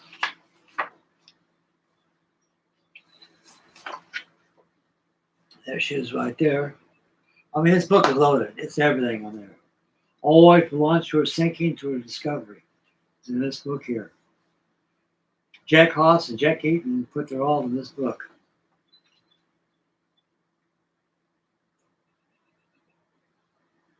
Boy, Ed Warning period sure looked prehistoric back in the days. And you got Liverpool. Most of these people were Liverpool Irish. Very strong workers. I mean, they had 5, 6, 8 kids living in a little house like this. Of course, they had the ship store and everything where you bought commissary for your food for your family. Wasn't very much. These guys worked for shells back in those days, but they didn't gripe. They're lucky they had a job they could work and take care of the family. Folks are right there.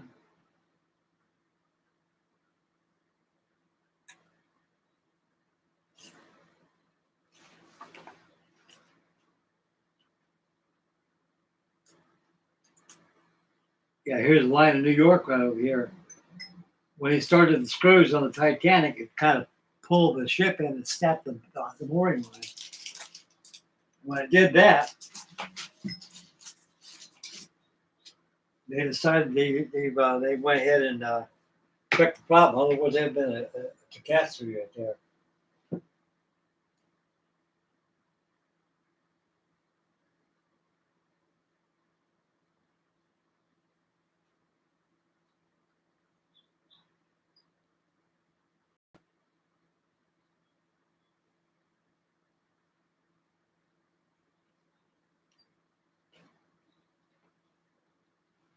Yeah.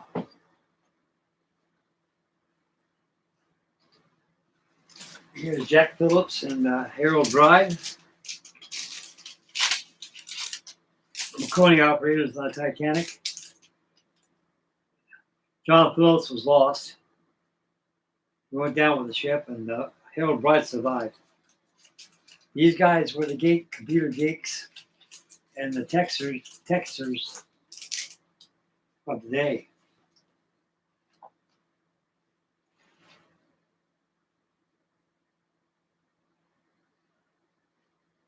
Here's a drawing of the cargo storages and everything. These elevators go down below. Check off list for all the cargo they had on St. Memphis carried. And you got a list of ship's personnel. Boy, these guys look rough as a cob, I'll tell you that. You got trimmers, stewards,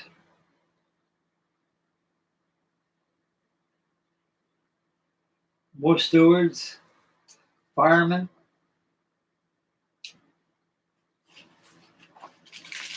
And it continues on.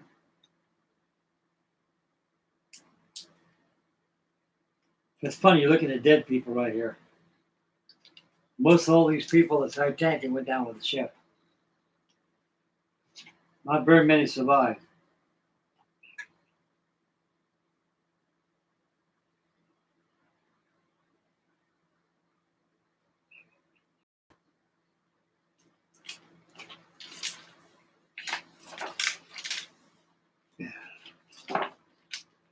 More of the ship's personnel here.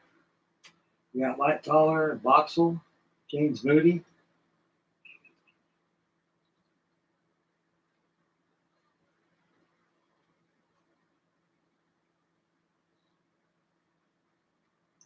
You've got Paul McCartney on here.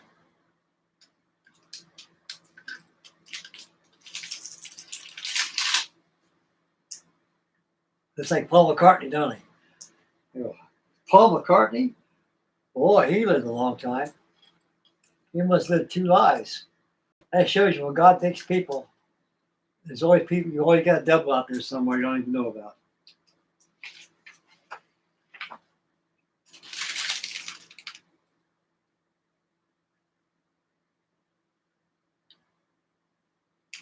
Yeah, you got a lot of people here.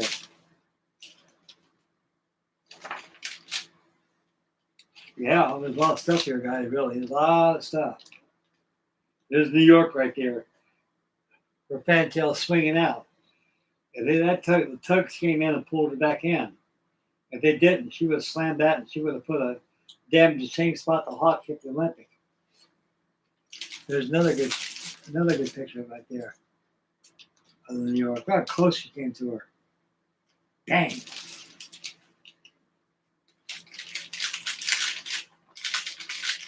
Now she goes to Cherysburg to pick up more passengers. And before they got underway, went to Queenstown, which is now Cobb, city of Cobb, in Ireland. Ken Marshall,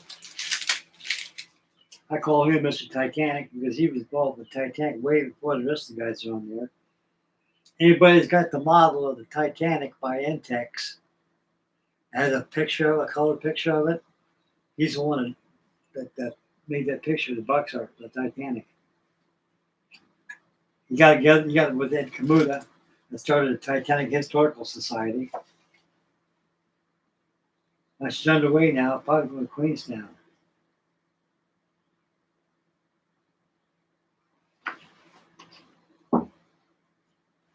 A lot of stuff here, guys. It's a good publication here. This is a tender right here. People disembarking the tender to get aboard the, which is a nomadic. There's Captain Smith up there looking on the docking bridge, looking down below. Here's all the ship's company right here.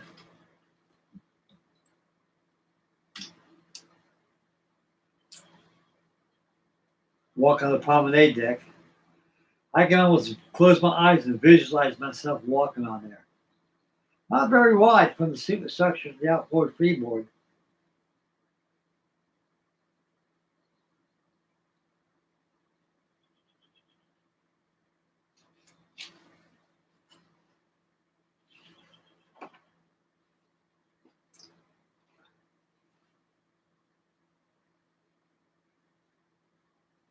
There's another picture that Ken Michelle drew. The wonderful artist that fellow is. Wonderful artist. At sea.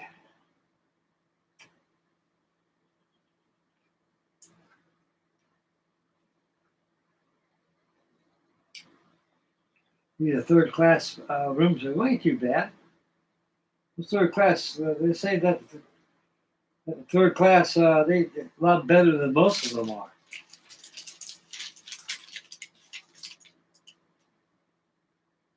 A lot of pickles, a lot of roast beef they ate, taters. Man.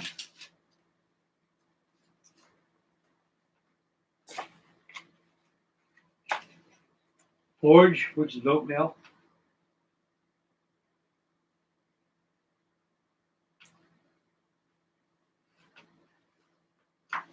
There's the Marconi room right there.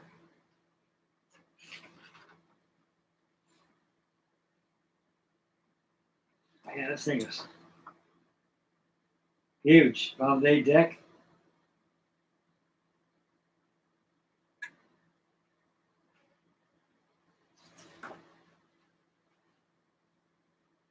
The gymnasium where they all want to be fit. Of course, wasn't no fat people back in them days.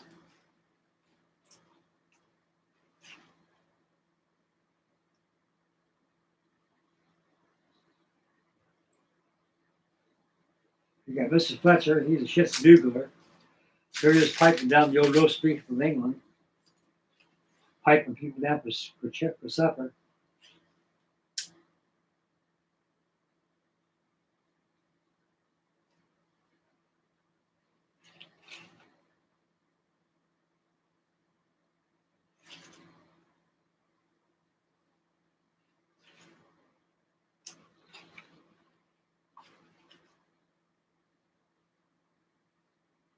And we're going into Sunday, April 14th, which hits the iceberg. Got Frederick Fleet. He was on the crow's nest. He's the one that spotted the bird.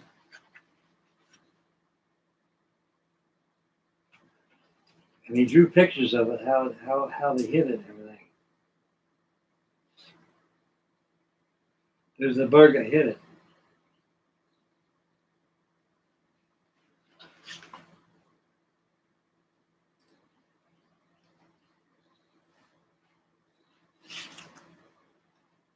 This book's got everything, guys. Everything.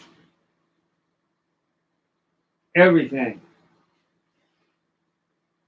Everything you need to know about this ship is here. Like I said, I was very young. Back in my days, I never heard of the Titanic. Of course, it was cloaked in time.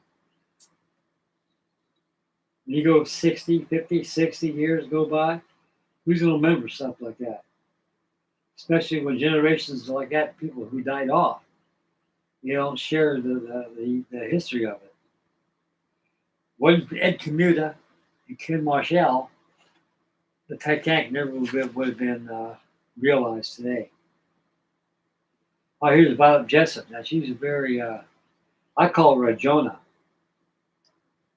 Jonah is a nautical word for jinx. She was on the Olympic when the Olympic struck when the cruiser Hawk struck the Olympic. And she was on the Titanic when it went down, and she was on the Britannic also.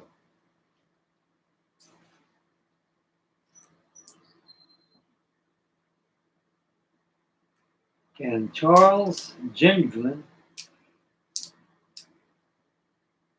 he was the baker. He was the one that drank all that booze. and kept them alive. I watched James Cameron's Titanic movie. He's the one that wrote the fantail, which he did. He said when he got out the top, when that ship went down, he just floated up the fantail, didn't even get his head wet. I turned over collapsible lifeboat, saved his life.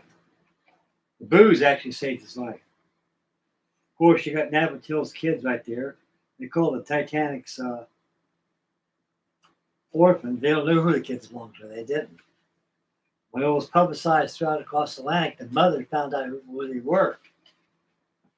So she took a boat. They took her out there. White Star took her on a steamer. She went back to New York to pick up her kids. Their father is in Canada, Halifax. There's pictures of us stuck the berg and sank and everything.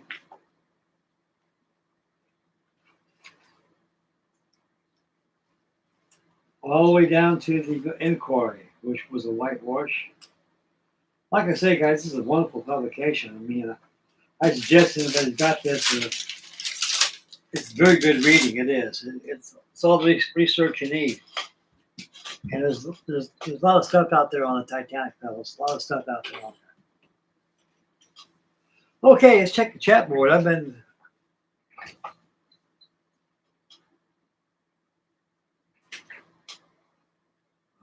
see here.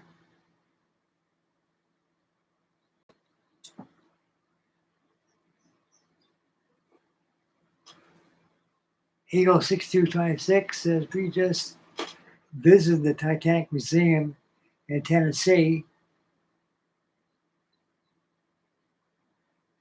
Very informative that they had this giant Titanic ship built from Legos by a younger kid. Absolutely stunning display. It is.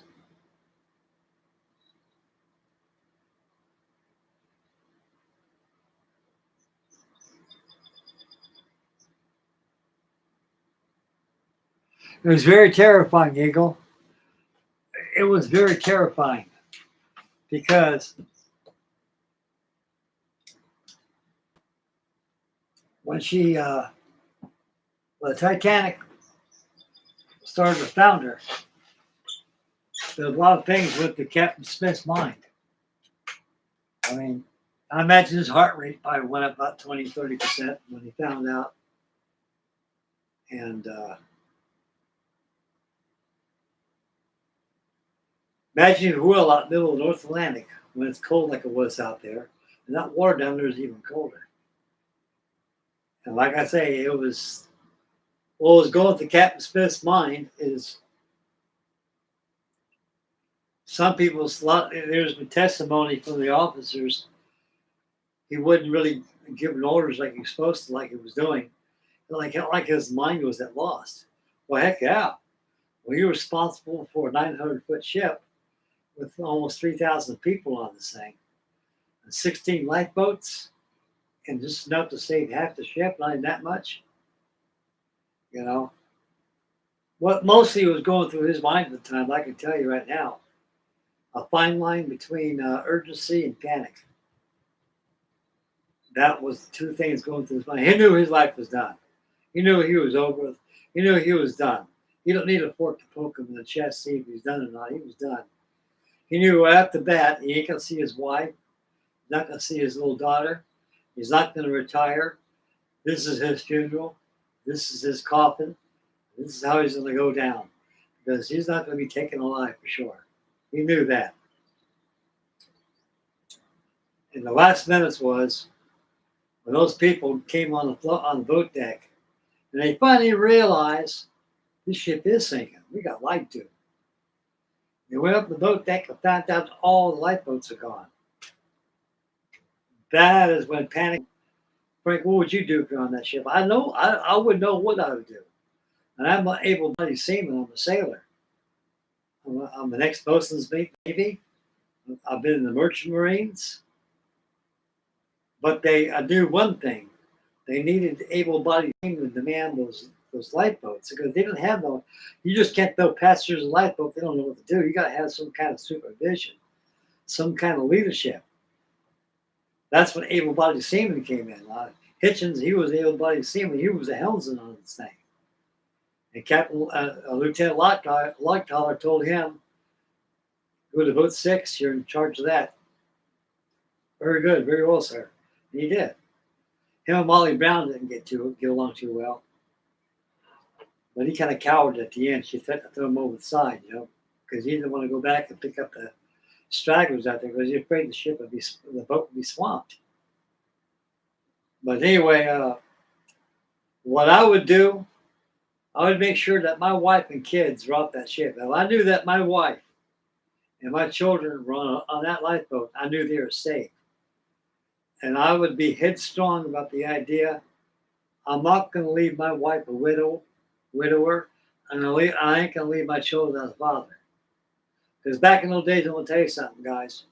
The breadwinner was the man of the house. He brought home the bacon. He took care of the food. He took care of everything. Women nowadays, those days, there was no such thing as women's rights. There wasn't no such thing as women work. They didn't work. The women back in the Edwardian age, they were housekeepers. They took care of the children, took care of the home. The guys like me went out there and toiled all day or night, whatever they did, make sure they had food in the stomach, a roof over their head, and clothes on their back. And what I would do is, I knew they needed seamen on those lifeboats. I would stand on that boat deck right there, and if anybody calls, we need a seaman here on the boat, it'd be me. And one of those officers asked me, "Are you a sailor?" I said, "Yes, I am. Ex-United States Navy Merchant Marines." And they'd say, if you're seaman enough to go down this lifeline, you would take it. And I would. I'd go down that lifeline all the way down to 80 feet down to the boat and take charge of that boat. That's if I was lucky enough. If I couldn't get a lifeboat, what I would do, I knew darn well, I would have to find some kind of a flotation device, keep me off the water, so I can be able to release, humanly possible, somebody be friendly enough to let me get aboard that lifeboat. But it didn't work out that way, guys. I probably would have been dead. But like I say, it's very hard and difficult to do what you're going to do in a situation like that. It was almost 3 hours this thing went down. And I watched Titanic real time on YouTube for 2 hours and 40 minutes it took for it to sink. And those 2 hours and 40 minutes went pretty fast. I was just sitting down watching. I wasn't really moving around doing anything to kill time. I mean, time went pretty fast. Just sitting down watching that thing sink. You look at the portholes, you can see it going down just a little bit at a time, just a little bit, and just a little bit at a time, a little bit, a little bit, a little bit. The time she sunk. Can you imagine how fast time went in reality aboard that thing? Pretty fast. 2 hours and 40 minutes is pretty fast. They wasted a lot of time because they were led to believe the ship wasn't going to sink.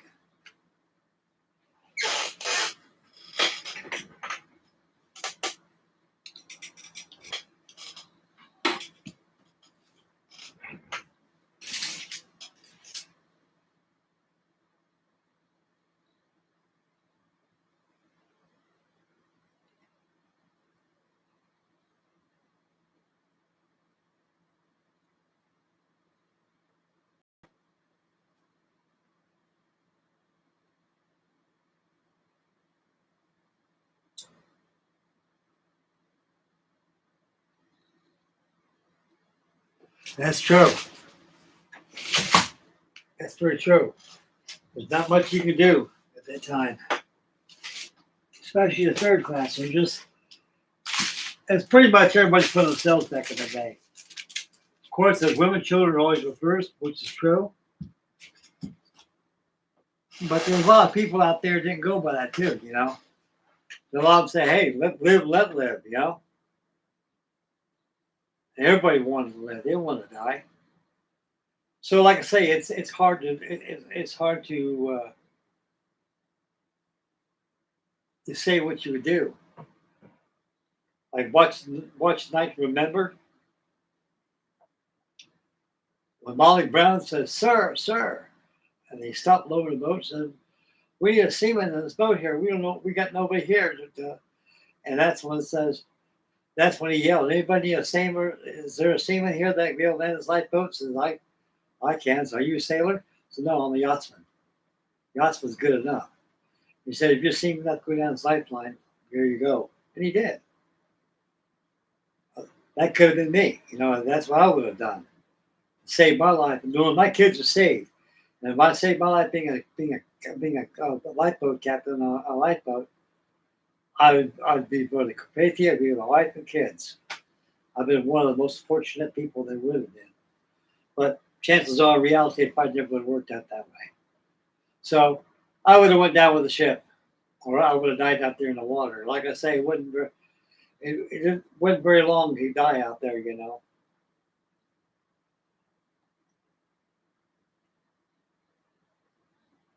Wasn't very long. Well, everybody, on the call it video right now. And I'm going to return tonight, 9 o'clock tonight. We're going to have a live stream again. It'll be 2 videos. One I got to make up for the 2 days I wasn't on. Like I said, I was working out in the garden. So it's so hot out there in the sun. I got in there with the air conditioning here. I felt like taking a nap, laying down. Next thing you know, it's 9 o'clock. So tonight we're going to have, when it could be the Titanic, we're going to be on the card model of the P2V Neptune. I want to get her going. A lot of guys like to see card models come down. I build them all the time. So be sure to join me 9 o'clock tonight on live stream. We'll work on the P2 Neptune 133 scale. I think you guys will like that.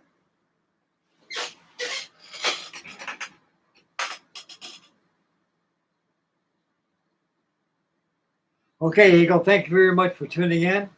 Thank you, Mr. Daniel, for tuning in too as well.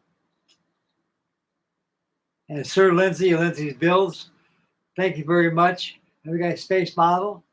Thank you very much for joining out. Appreciate everybody on the chat board and the people who are watching. Thank you very much. And so I'll be back at 9 o'clock. So don't miss tonight's show. We have a good show tonight. We're working on the card model. Okay, I can put the Titanic on top of my steel tower over there. Let her sit there for a while, and I'll get back on her. The last couple of days, I put a dent on her. She looked pretty good. So I'm pretty happy with what I got done on her. Okay, make mama happy. Take care of the little ones. Stay focused when you drive. Beware of your surroundings. Please say your prayers. And wherever you live at, enjoy outside festivities, barbecue, being outside, getting out of the house a while. And tonight, get yourself your favorite favorite beverage, and join me tonight. We're going to have a good night tonight. Okay, this is Frankie Day Models signing off. God bless everybody, and thank you very much for joining me today with Trumpeter 1/200 scale RMS Titanic. If you got one of your Titanics to stash, don't be bashful. Build it. It's not going to bite you. Just finding a place to put it's going to be the hard part. Okay, guys. God bless you. We'll see you guys this evening. Hi, boys. Take care of yourself, and thank you.